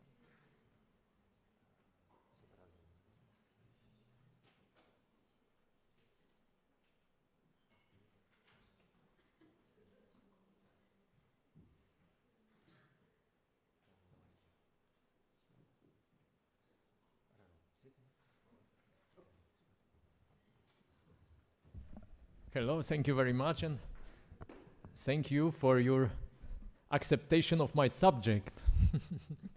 Because this subject is a subdisciplinary subject, because it's about new media, about internet, about genealogy, that is a subdiscipline of history, and genetics, that is a subdiscipline of biology. So this subject is very interdisciplinary. This is an effect of my latest book about internet genealogy and genetics. On the example of my own family, I did a job exploring genealogy and genetics of myself and my family. And this is a book of COVID-19. Not it's about COVID-19, but written during COVID-19. Without pandemic, maybe this book would not appear, but during COVID-19, every travel was cancelled, and therefore I had more time to write a book. And this is an effect of pandemic in my scientific research. New media revolution. We are experiencing a new media revolution, as you know, and new media are, of course, digital. This is very important for research on genetics and genealogy. This digitalization of media. New media are interactive. This is important too, regarding this subject. Hypertextual, virtual, networked, simulated. These features of the new media are very important, and without these features would be impossible to do research on genealogy and genetics online. As you know, ARPANET appeared in 1970s and internet in 1990s. World Wide Web was invented by Tim Berners-Lee and his colleagues in CERN in Switzerland and le Centre des études recherche nucléaire en France in 1989, 1990. It was very important also for the research on genealogy and genetics. Social media, Facebook, YouTube, Twitter, Instagram, as you know and you use it, I suppose. But also, lastly, new social media appeared. New social media regarding genetics and genealogy. What is genealogy? Genealogy is the study of the history of families, especially through studying historical documents to discover the relationships between particular people and their families. This is a short definition of genealogy from Collins Dictionary. Ancestors and relatives are crucial persons in the genealogy. Your ancestors are the people from whom you are descended.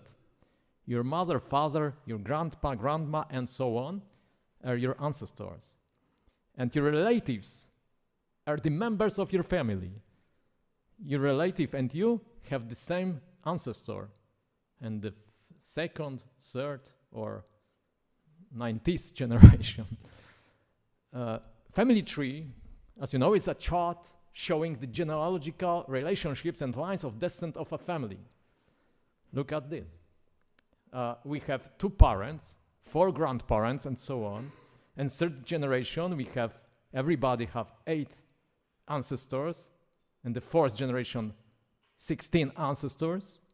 In the 5th generation, 32 ancestors, and so on. In the 10th generation, we have about 1,000 ancestors and 1,000 different surnames. But mathematically, everybody of us has maximum 1,024 ancestors in the 10th generation. But in reality, we have a little bit less, because many of us are cousins. Me and my wife, we are cousins. Our common ancestor is on the 10th generation. According to law, there is no problem, because 10th generation is... but after doing genealogy research, we resulted cousins. And therefore, we have less common surnames than 1,000. Fortunately, we have no joint genetic segments on our chromosomes, therefore will not be problem in next generation.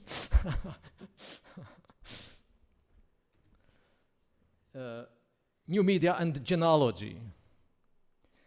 You can find today a lot of genealogy websites in every language practically, and English more, and less popular languages less. And the Czech language, you can find many genealogy websites too, I'm sure. This is the screen of the most famous and largest genealogical website called Family Search. It's a non-profit organization and website, free, in 38 languages, offering genealogical records, education, and software, operated by the Church of Jesus Christ of Latter-day Saints. Firstly, it was a genealogical society of Utah in the United States, founded in 1894. They began in 19th century some genealogical research, but now they use online website. They offer online websites, and you can find there your ancestors.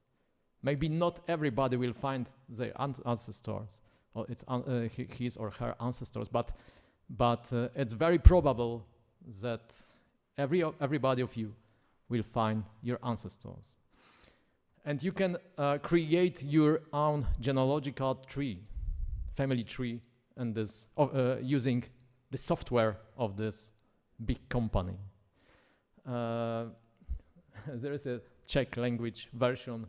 Najdete svou rodinu. Objevte sami sebe. I don't know, maybe it's okay or no? Thank you. This is another website, very important in the world, Jenny.com.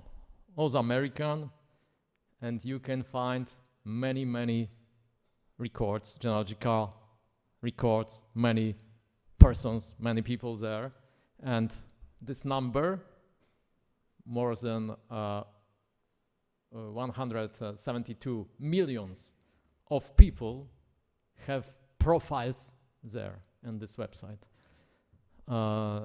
So many people from around the world created his genealogy, his family tree, and these family trees of many people are connected, because if you introduce your family tree and another person introduce his her family tree, and they have a common relative or ancestor, the trees are connected, And therefore, this Genicom is creating a world family tree of millions of people from around the world.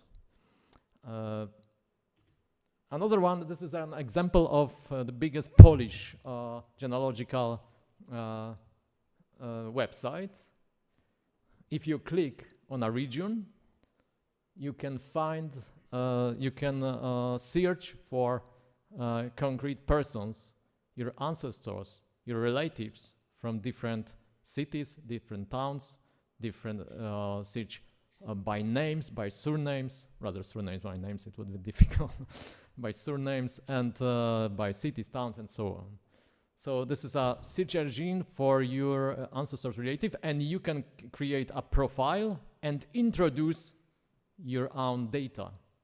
The data of your ancestors, of your relatives, basing, for example, of the church data that you can receive from churchmen. Another example of the Polish website of genealogy is Taki Dworzaczka. Dworzaczek was a famous Polish scientist, genealogist. And this is a website created by Polish Academy of Sciences, very scientific websites. And this is a result of the great job of this professor Dworzaczek. But this is a website of nobility families, noble families from the Great Poland region. Great Poland is a region where Poland was born, and where is Poznań, Gniezno, and the center of the Polish history, we could say. And the nobility there was nobility that created Polish state, we can say. Then the capital of Poland became in Krakow, and then in Warsaw. But Poznań, Gniezno was the cradle of Polish state. But genealogy and genetics. For today's genealogists, genetics are something that help them to work and help to everybody of us to make genealogy. As you know, thanks to genetic research, you can find, for example, your true father, for example. Many people today, if are not sure who is the father, true father, can use their saliva, for example, or your blood to find true father, if there is something uncertain. Genetics is the study of heredity and how qualities and characteristics are passed on from one generation to another by means of genes. As you know, everybody of us, our faces, our traits, our personality is programming by genes. It's programmed by genes. Of course, the environment in which we live is very important too. By genetics is a program of us. And here is the man who studied here at this university, the pioneer of genetics, Gregor Johann Mendel, Grzegorz Jan Mendel. When I walked around this building, I found a sculpture relief of this man who studied here, and then in Brno. Tomorrow I go with my wife to Brno to visit the Mendelianum, this museum of Mendel, because he was born 200 years ago. Today, this year is 200th anniversary of his birth, and he was born in Chęcice, close to Olomouci. So you should be proud of this man who was born in Moravia, and in Moravia he made his experiments that became the first step in the genetic research. Also, during his life, his genetic research were not very praised. Rather, his meteorological research. But today, nobody is as or everybody accept that he was the pioneer of genetics. He was biologist, meteorologist, Augustinian friar, and abbot of St. Thomas Abbey in Brno, the founder of the modern science of genetics. And genealogy and genetics is genetic genealogy. And genetic genealogy is the combination of genetic analysis with genealogical research to study family history. When we use genealogy and genetics, we have more possibility to find the truth in the research. Genetic revolution. In 2001, a human genome project founded by the American government published the first human genome sequences. And in 2022, and this year, the consortium Telomere to Telomere, also founded by American government, published the complete sequence of human genome. There are no secrets in the human genome. It was really success of the geneticians that they sequenced the complete human genome. And human genome, so all the genes in human genome is all the genes that we have is sequenced. Therefore, it is possible to research on human genome without secrets. Everybody of us has a lot of information in our genome. There are different DNA. As you know, DNA is a acid of deoxyribonucleic acid. Very difficult name. There are three kinds of DNA. Autosomal DNA is your genes from all your ancestors. Y DNA is in blue, are your genes from father, his father, his father, and his father, and so on. Only father's line. Only men have Y DNA. And empty DNA is mitochondrial DNA. This is the mother line. Mother of mother of mother of mother. And this is in mitochondria. And everybody of us has mitochondria, women and men, but only women passes it to next generation. And men, stop. Only mother to daughter. Mother to pass it to daughter and son, but son, stop. In the son case, it stop, but daughter can pass it to her daughter, and daughter to daughter to daughter. So this is three kinds of DNA. Three important kinds of DNA when we speak about genetic genealogy. And this kind of DNA divide people between haplogroups. Haplogroups are groups of people that have the same ancestor, very remote ancestor. Everybody of us has his or her own haplogroup. The men have Y DNA haplogroup. This is the map of Europe divided between haplogroups. In Eastern Europe, the main haplogroup is R1A. R1A. This is orange color. In Western Europe, more popular is R1B. As you can see, in the Czech Republic is a mix of R1A and R1B. Because Czech Republic was for many times a part of Holy Roman Emperor, German Holy Roman Emperor, and therefore there were many marriages between Slavic people and German people, and therefore there is a mix in the Czech Republic.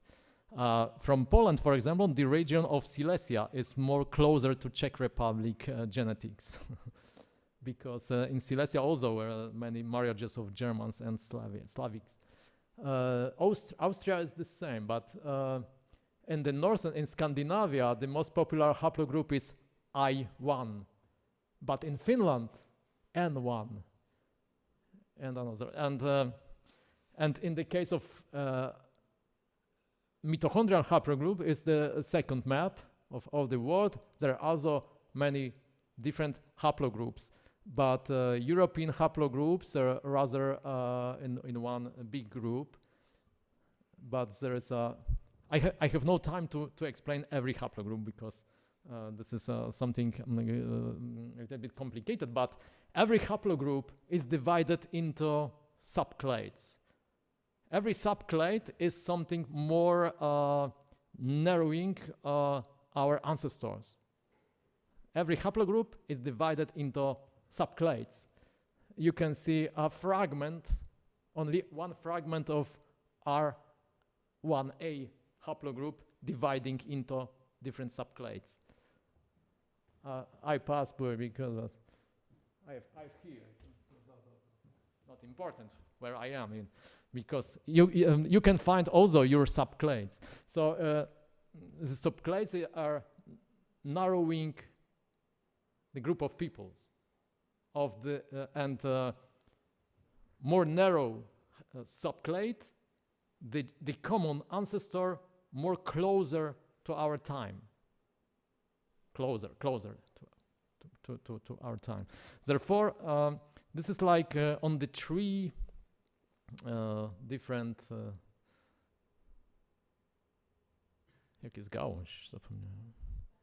branches of trees, and subclades are small branches. New media genetics and genealogy. Look at these names. This is the big business of new media genealogy and genetics. The first five companies are the best in the market. 23andMe from United States. They offer genetic tests on ancestry, on threats, on health reports, on Neanderthal genes. Everybody of us has a little bit of Neanderthal genes. 2 or 3%, something like that. Living DNA, another company from United Kingdom, they offer genetic tests about ancestry, recent ancestry, Viking genes, well-being, and something like that. Family Tree DNA from US and lastly bought by a firm from Australia. They offer genetic tests on ancestry, and they offer the best test in the market on Y-DNA and mtDNA, but also health and wellness. Ancestry from United States, they offer, yeah.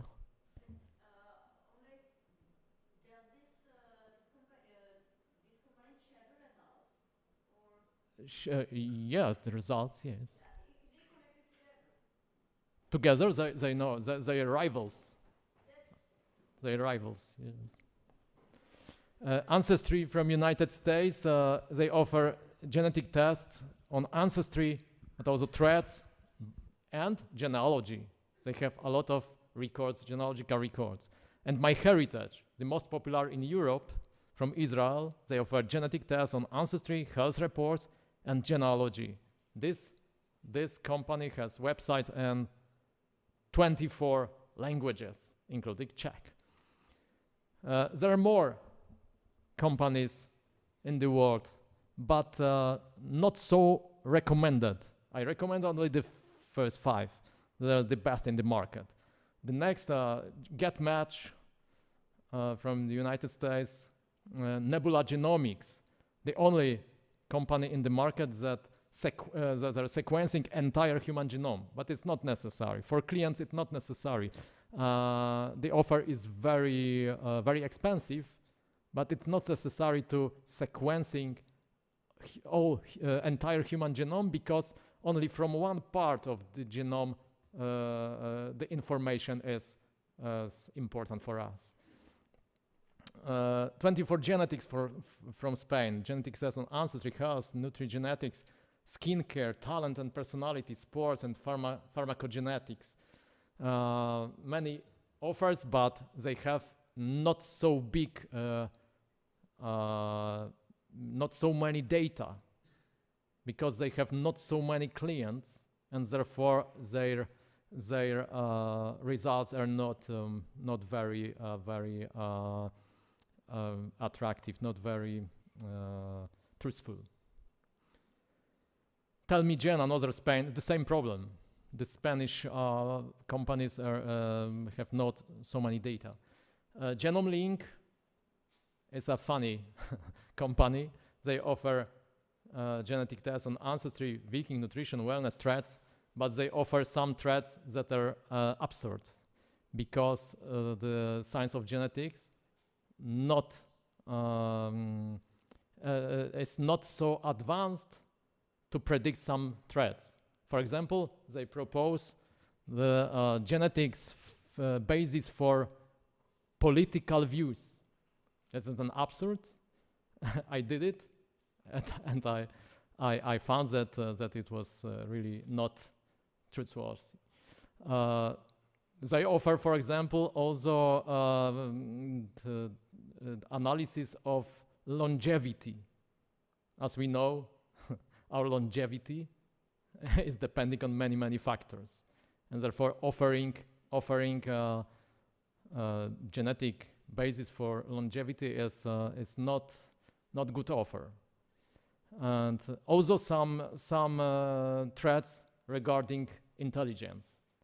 The genetics only is looking for some correlation between genes and intelligence. At this moment, it's impossible to predict from genetics your intelligence. As you know, your intelligence also depends on the environment, on schools, and so on.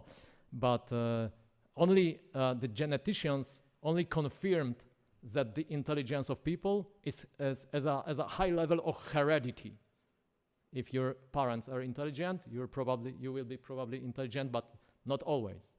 But also the children of parents who are not very intelligent could be intelligent too. And the correlation is there are many studies to looking for correlations, but the geneticians say that at least 500 of many genes influences intelligence. And this is only one part of what we can find more. But some traits depends on one gene, 2 genes, 3 genes. But there are many traits that depends on many genes. And therefore some companies offer analysis that is not truthworthy. It's only a business. Genome Link, self-decode,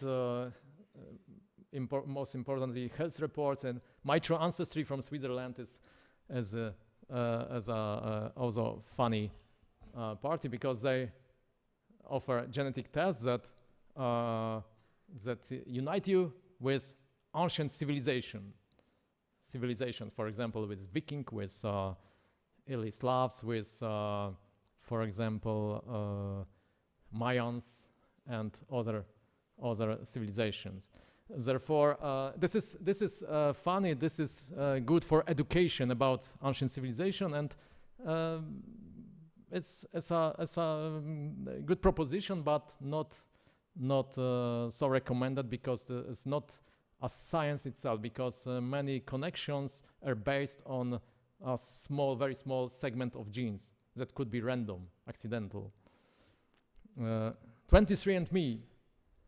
This is a company from the United States whose CEO, manager, is Ann Wojcicki, a woman born in the United States, but his father was born in Poland this time, and his sister, also Wojcicki, is now CEO in YouTube.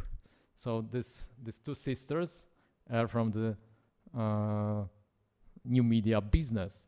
And they both were in the last list of most powerful women in the world in the first 100.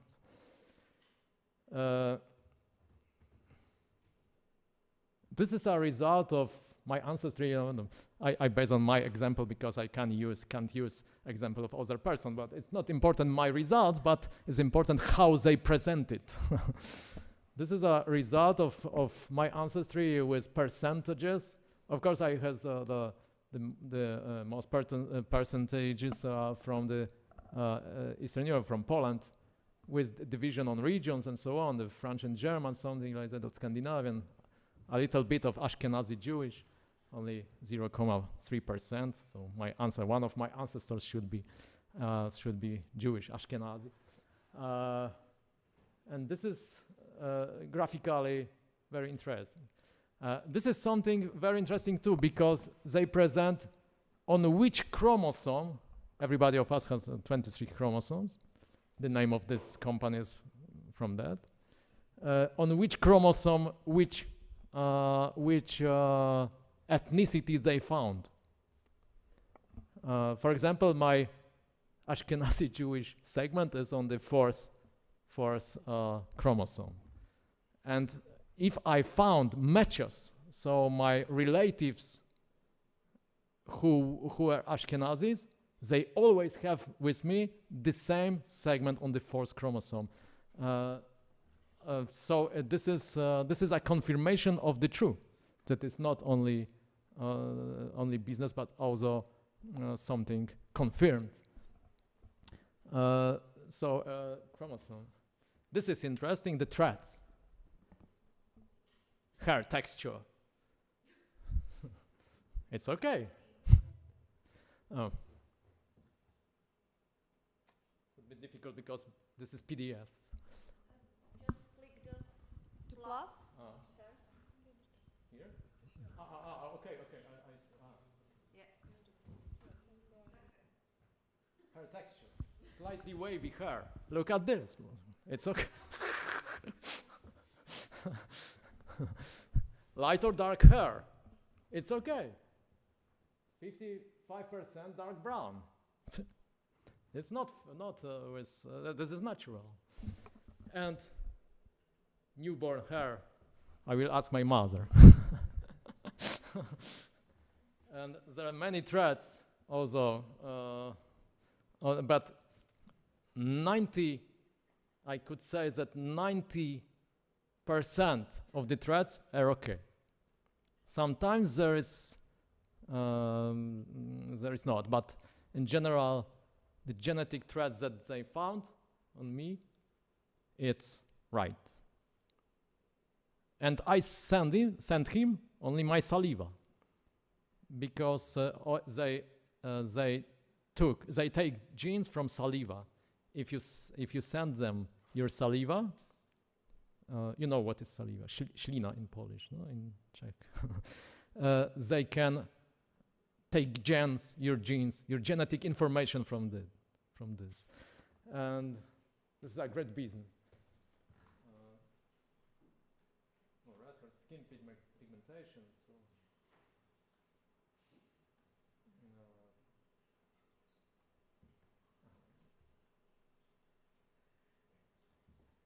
living DNA, another discover where you come from with incredible data using your DNA.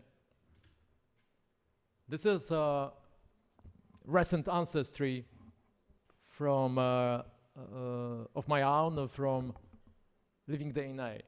There are some differences when we compare results from different companies. There are some differences, but it is because it is not sometimes the genes of Scandinavia and Great Britain as similar, because Great Britain was invaded by Scandinavians many years ago, and therefore there are many similarities between genetics of Scandinavia, Great Britain, and some part of Germany, and so on. Therefore, there are some differences between the results of ethnicity, but if we compare the results from different companies, we can conclude there is okay too.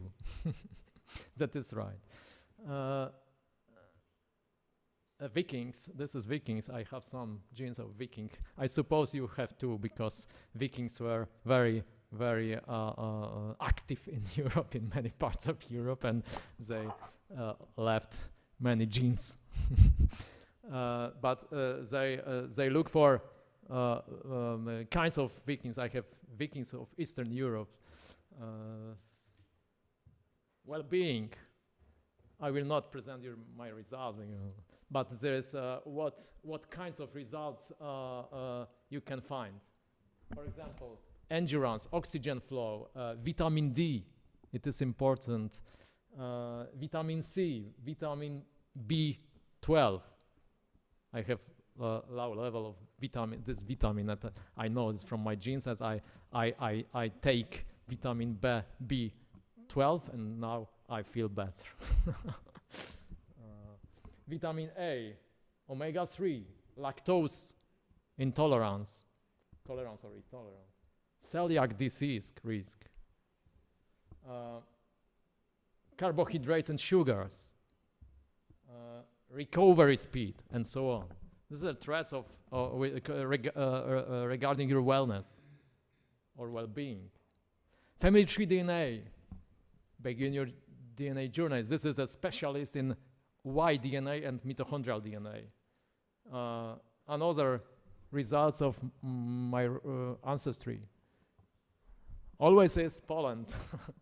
This is this is common in every result that is Poland, but there are differences between Scandinavia, Germany, and Great Britain are mixing, because it depends on data and algorithms using by different companies. This is family tree DNA, Y DNA results. Only fragment. There are many information about my or every man's Y DNA, and this is only some subclades and so on. I will not present it because I should click on every element and every link. Mitochondrial DNA. Where is some connection with my mitochondrial DNA? My mitochondrial DNA is original because it's more popular in Asia than in Europe. And some trace, my colors are from my mother, who has probably some Asiatic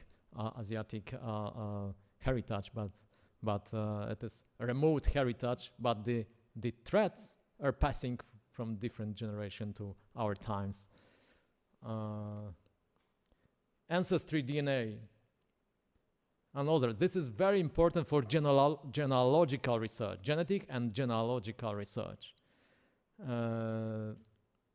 Another results of ancestry, similar. If I click on Poland, they present me the regions of Poland from which my ancestors are. And this is very perfect. I know my ancestors from different regions, and they founded the regions perfectly. I was shocked by the results, because they presented the regions from which really my ancestors I know are. This is the regions of Poland. I live in Bydgoszcz, and where the the results collide, and I have also ancestors from Mazovia. And there is Mazovia, Greater Poland region, from Pomerania, and therefore they found it from my saliva. They didn't ask me where from your ancestors are from. They only have my saliva. Ancestry DNA search engine. You can find there your ancestors, your relatives, and so on. This is a search engine that help you create a great big family tree. My heritage, 24 languages. This is a Czech. Wasze rodinna historie. something like that. There is also Polish language website and 24 Persian also, and so on. The results, next results from the this. Oh, there was some Asia, West Asia I have here. Iran is included. And this is a fragment of family tree that I created. I created a family tree there on my heritage, including more than 25,000 of people. It would be impossible before this business. I'm not sure if every person in this family tree is right, but 90% is, I hope, very right. Here is one person from Olomouci. I will.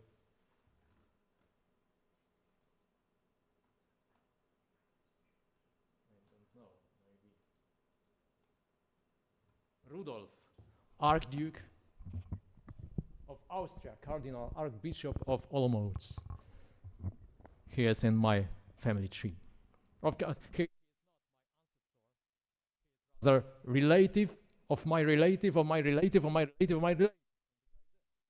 Because not only ancestor, we can introduce not only ancestors, but also people connected to our relatives and so on.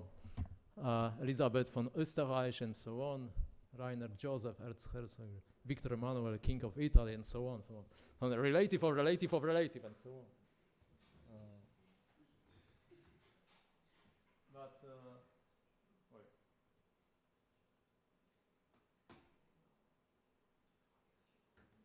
And this is something also important. This is matches. This my heritage and other companies are searching for matches. Match is as a common segment of your gene or your chromosome. You have everybody of us have 50% common genes with your mother and with your father. If somebody says you are like your father, more like your father than mother, it's not true, because always we have half from mother and half from father. From your grandpa and grandma, it depends. But this is an example of match that they found me. I have some thousand of matches. Matches, so persons that use also this MyHeritage software. They send also saliva, received results, and the algorithms find matches. And this is an example of Eliška from Czech Republic. I found a match from Czech Republic, my relative from Czech Republic, from my mother's side. He is of 49 years. I found somebody who is not without surname because of RODO, as you know, the personal data. RODO in Czech is not RODO. I don't know, but you know, personal data. Okay, the law, European law about personal data. Therefore, I present only one person without surname. In general, everybody places their name, surname, and other data, photo, and so on. But Eliška is fearing of herself, and therefore they placed only name. Eliška, 20 from Czech Republic, and they have she has with me 3 segments, 0.3% of the genome.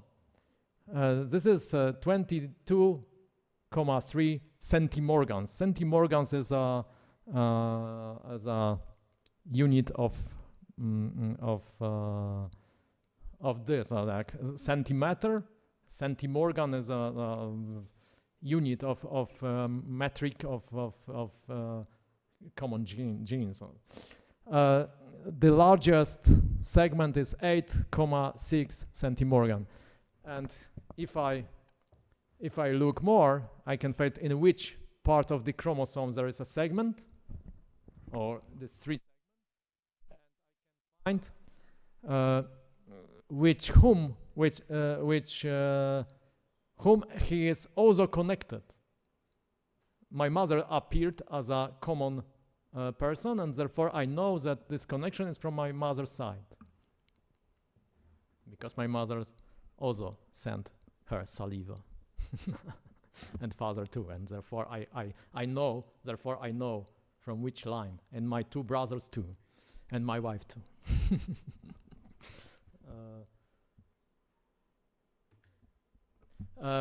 Many of the matches, many people on my heritage also create family trees, and therefore if I have some segments, common segments of the genome with some person, and I have my family tree and he or she has family tree, we can compare, we can find common ancestors.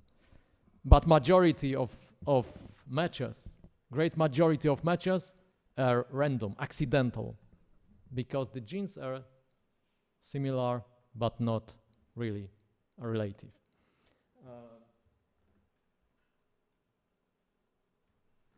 There are conclusions of the subject. Thanks to the development of the internet, there are now many genealogical databases co-created by users. Thanks to the combination of the new media revolution and the genetic revolution, it is now possible to study one's gene through user-friendly websites. Thanks to the development of genetic research, it is now possible to combine genealogical research with genetics. Today's digital technology allows you to create huge family trees using databases of global companies and local websites. And the last one, genealogy and genetics have become a lucrative global business in the new media industry. Thank you very much.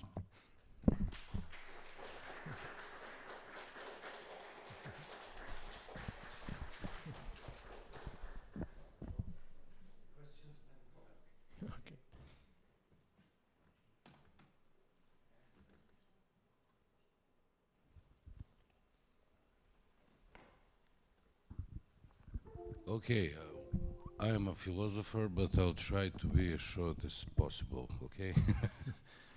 Only 2 questions. First of all, thank you for the interesting and informational, before everything, presentation.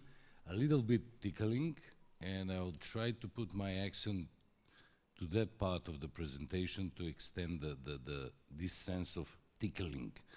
So the first question that I'm going to put regards to the law. How it is possible, or to which extent it is possible to regulate this? This kind of investigating your own family tree, because we all know the problems, the danger that comes from the data stealing, personal identity, blah, blah, blah, and etc. And even more, the second question, from the aspect of the moral, isn't this kind of moral intrusion inside one's personality, dignity, and especially individuality? Thank you. Yes, regarding this.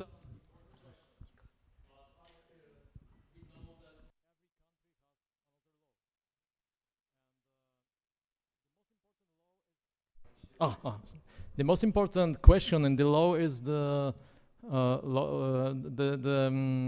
defending the personal laws, personal data, and every company from this business present information about it, and asking people to click if they accept some questions regarding it. This is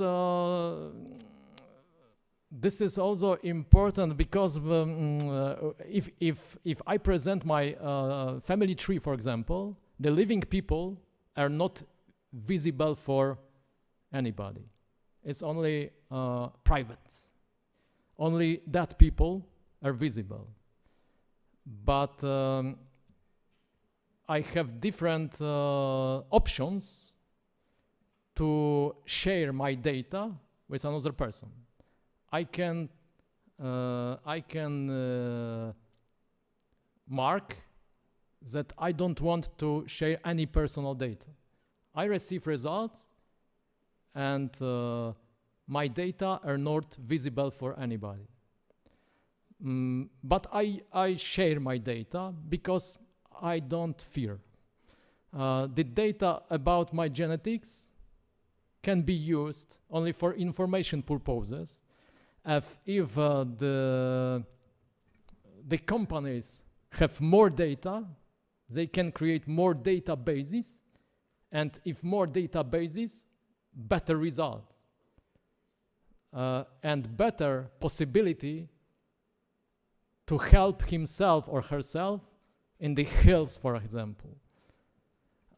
Therefore, I share all my data possible because I don't have fear, because I know that these companies use our genetic data not only for business, but for better future for everybody.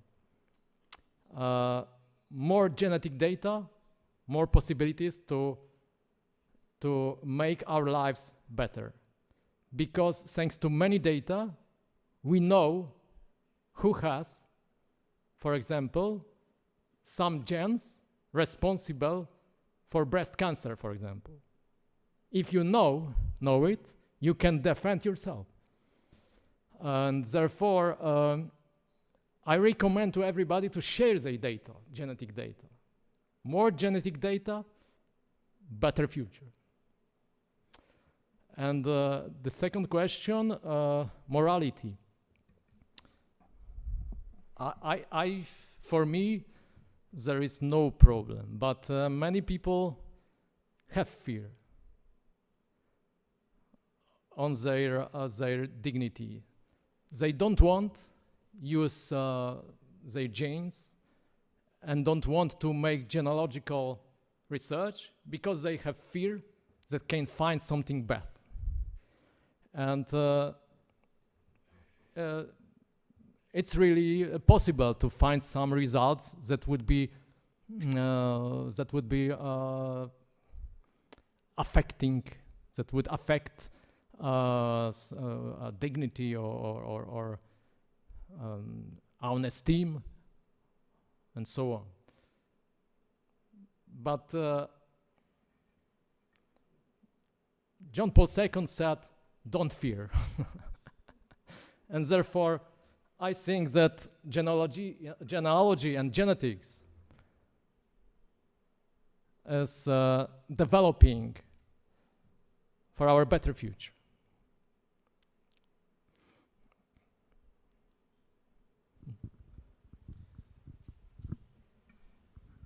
No questions, just a comment.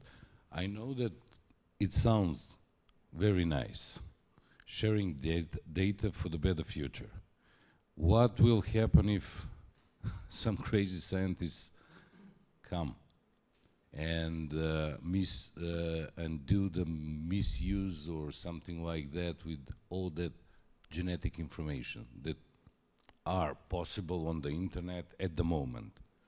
But isn't there a very good percentage of possibility for creating of a new eugenic plan for the humanity?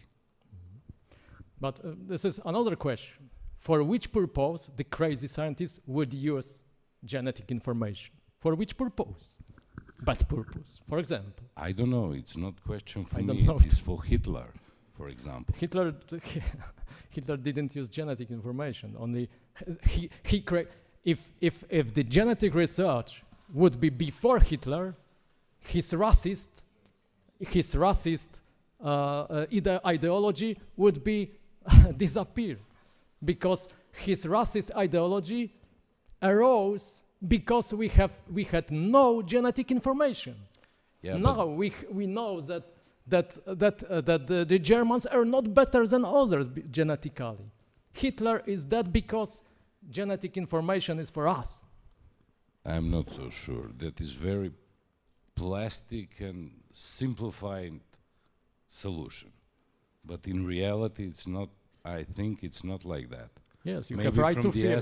From the aspect of the bioethics, I'm not convinced that it's going to be like you said. Yes, bioethics is important too. Yes, as an ethical problem, of course. Also, but also from the aspect of but the with media Hitler, ethics, especially. With Hitler, it's not good argument because Hitler, with genetic research that we have now, Hitler with his ideology would be a stupid man simply.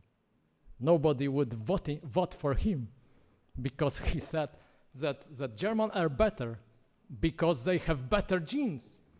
And now we know that Germans are not better by genes. So the science and genetics and genealogy is science. Science make that crazy politicians, that stupid politicians would not govern. More science, stupid politicians get out. Okay, can I? May I? Yeah. Anyway, my name is Bobby Ivanov. I'm coming from Macedonian University, St. Cyrillus and Methodius. So let's firstly, I have impression here that we are kind of jumping into conclusions. The thing is, you see, let's first define what is better future. Maybe I will choose not to know. I have a right not to know. Why I need to know my genes and then to be afraid of what's next. And I'm gonna go to take some steps which it might destroy my mental health. What's gonna be with my mental health? So it's probably better not to know, because in that way I will, I will don't know what will be. You see, we have an example in the States, in Hollywood, where one famous actress chose to remove her breast, and that was, to me, not acceptable kind of, which I want to live my life, I just want to choose not to know. Yes, in the case of Angelina Jolie, it was a personal decision. I can't support and said to not to support. But knowing her genes are not obligatory, of course. There is not obligation in the Constitution. Therefore, if you want to know your genes, you send your saliva. I wanted to know it because I want to know all possible. I know to know better myself also. And it is good for me because I know also my health predisposition. My health predisposition. If you know, for example, your health predispositions, you can use good medicine for it. This is only predisposition. If I know that I have low level of vitamin B12, I take vitamin 12 and I feel better, for example. So information about your genetics is an information about your predisposition. If you know better yourself, you can live better because you know what to use to live better. But it is not obligatory. I'm sorry to interrupt if you're not interested in your gene, you don't send your saliva. It's for the people who want to know her genes, simply. I have an excellent idea. My genetics tells my DNA tells me that we need a lunch today also. And it's almost time to have a lunch. But still, there is short question or comment? Simply I wanted to this conspiracy theory during the COVID-19 that, okay, they're using our human genomes to create the kind of diseases which can destroy humanity. Particularly, this was very strong argument in Islamic Republic of Iran institutionally. They had some kind of negative attitude towards certain kinds of vaccines created in Britain and United States. So there are very big, huge hesitations, but I personally did the genetic test for my younger daughter 3 years ago in Iran, simply for this, on the recommendation of my wife's professor who was in physiology sciences, and she said that it's good for your future. And we did it, and it was interesting, but it didn't change our life, actually, at least in the short term. But Yes, it depends. yeah. Yeah, I'm not sure if the choice you make does not necessarily impact also us. I don't mean by you, but typically you. Perhaps it's enough for them to have already a number of genes, and it's easy to say there is no obligation. Yeah. But of course, I think this is also the same story, maybe historical issue with medicine. Like there have always been problems between science, tradition, culture, morality, and maybe they are not resolvable questions. Thank you for interesting presentation. Okay, so thank you for your comment. And there was another, Renata, is it true? Actually, I have precisely the same comment related to the hoaxes of the artificial development of COVID or the SARS-CoV-2 virus, that it was genetically manipulated and it was created against some particular groups. So I give my time to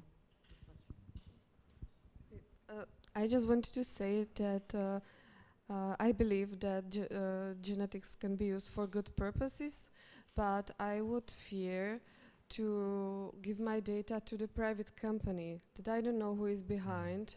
Maybe I know who is behind, but I don't know who will buy this company later and who will use this data. So I would probably give my data to the public institution because I have some trust. But to the private company, I would fear to give it. Yes, but private companies function under law, under American I law. know they can be better even than the public institution, but you can not know who will buy this company, who will use the data, and I know there are many fears in the world, of course, but this is only genetic information. We don't sell them our genome, only genetic information. But you will never know. They can't change our genome. They only have our information. Yes, but you will never know which theory will be new in the future. Whether somebody will come and say, "Oh, all the Viking genes are dangerous, and these people are not good," or other. You never know, and then everything will be in the computer, on the internet. So I see that it can be useful but dangerous.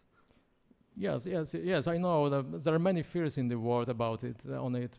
Yes, I'm conscious of it.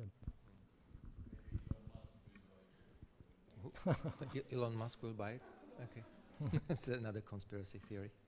Great.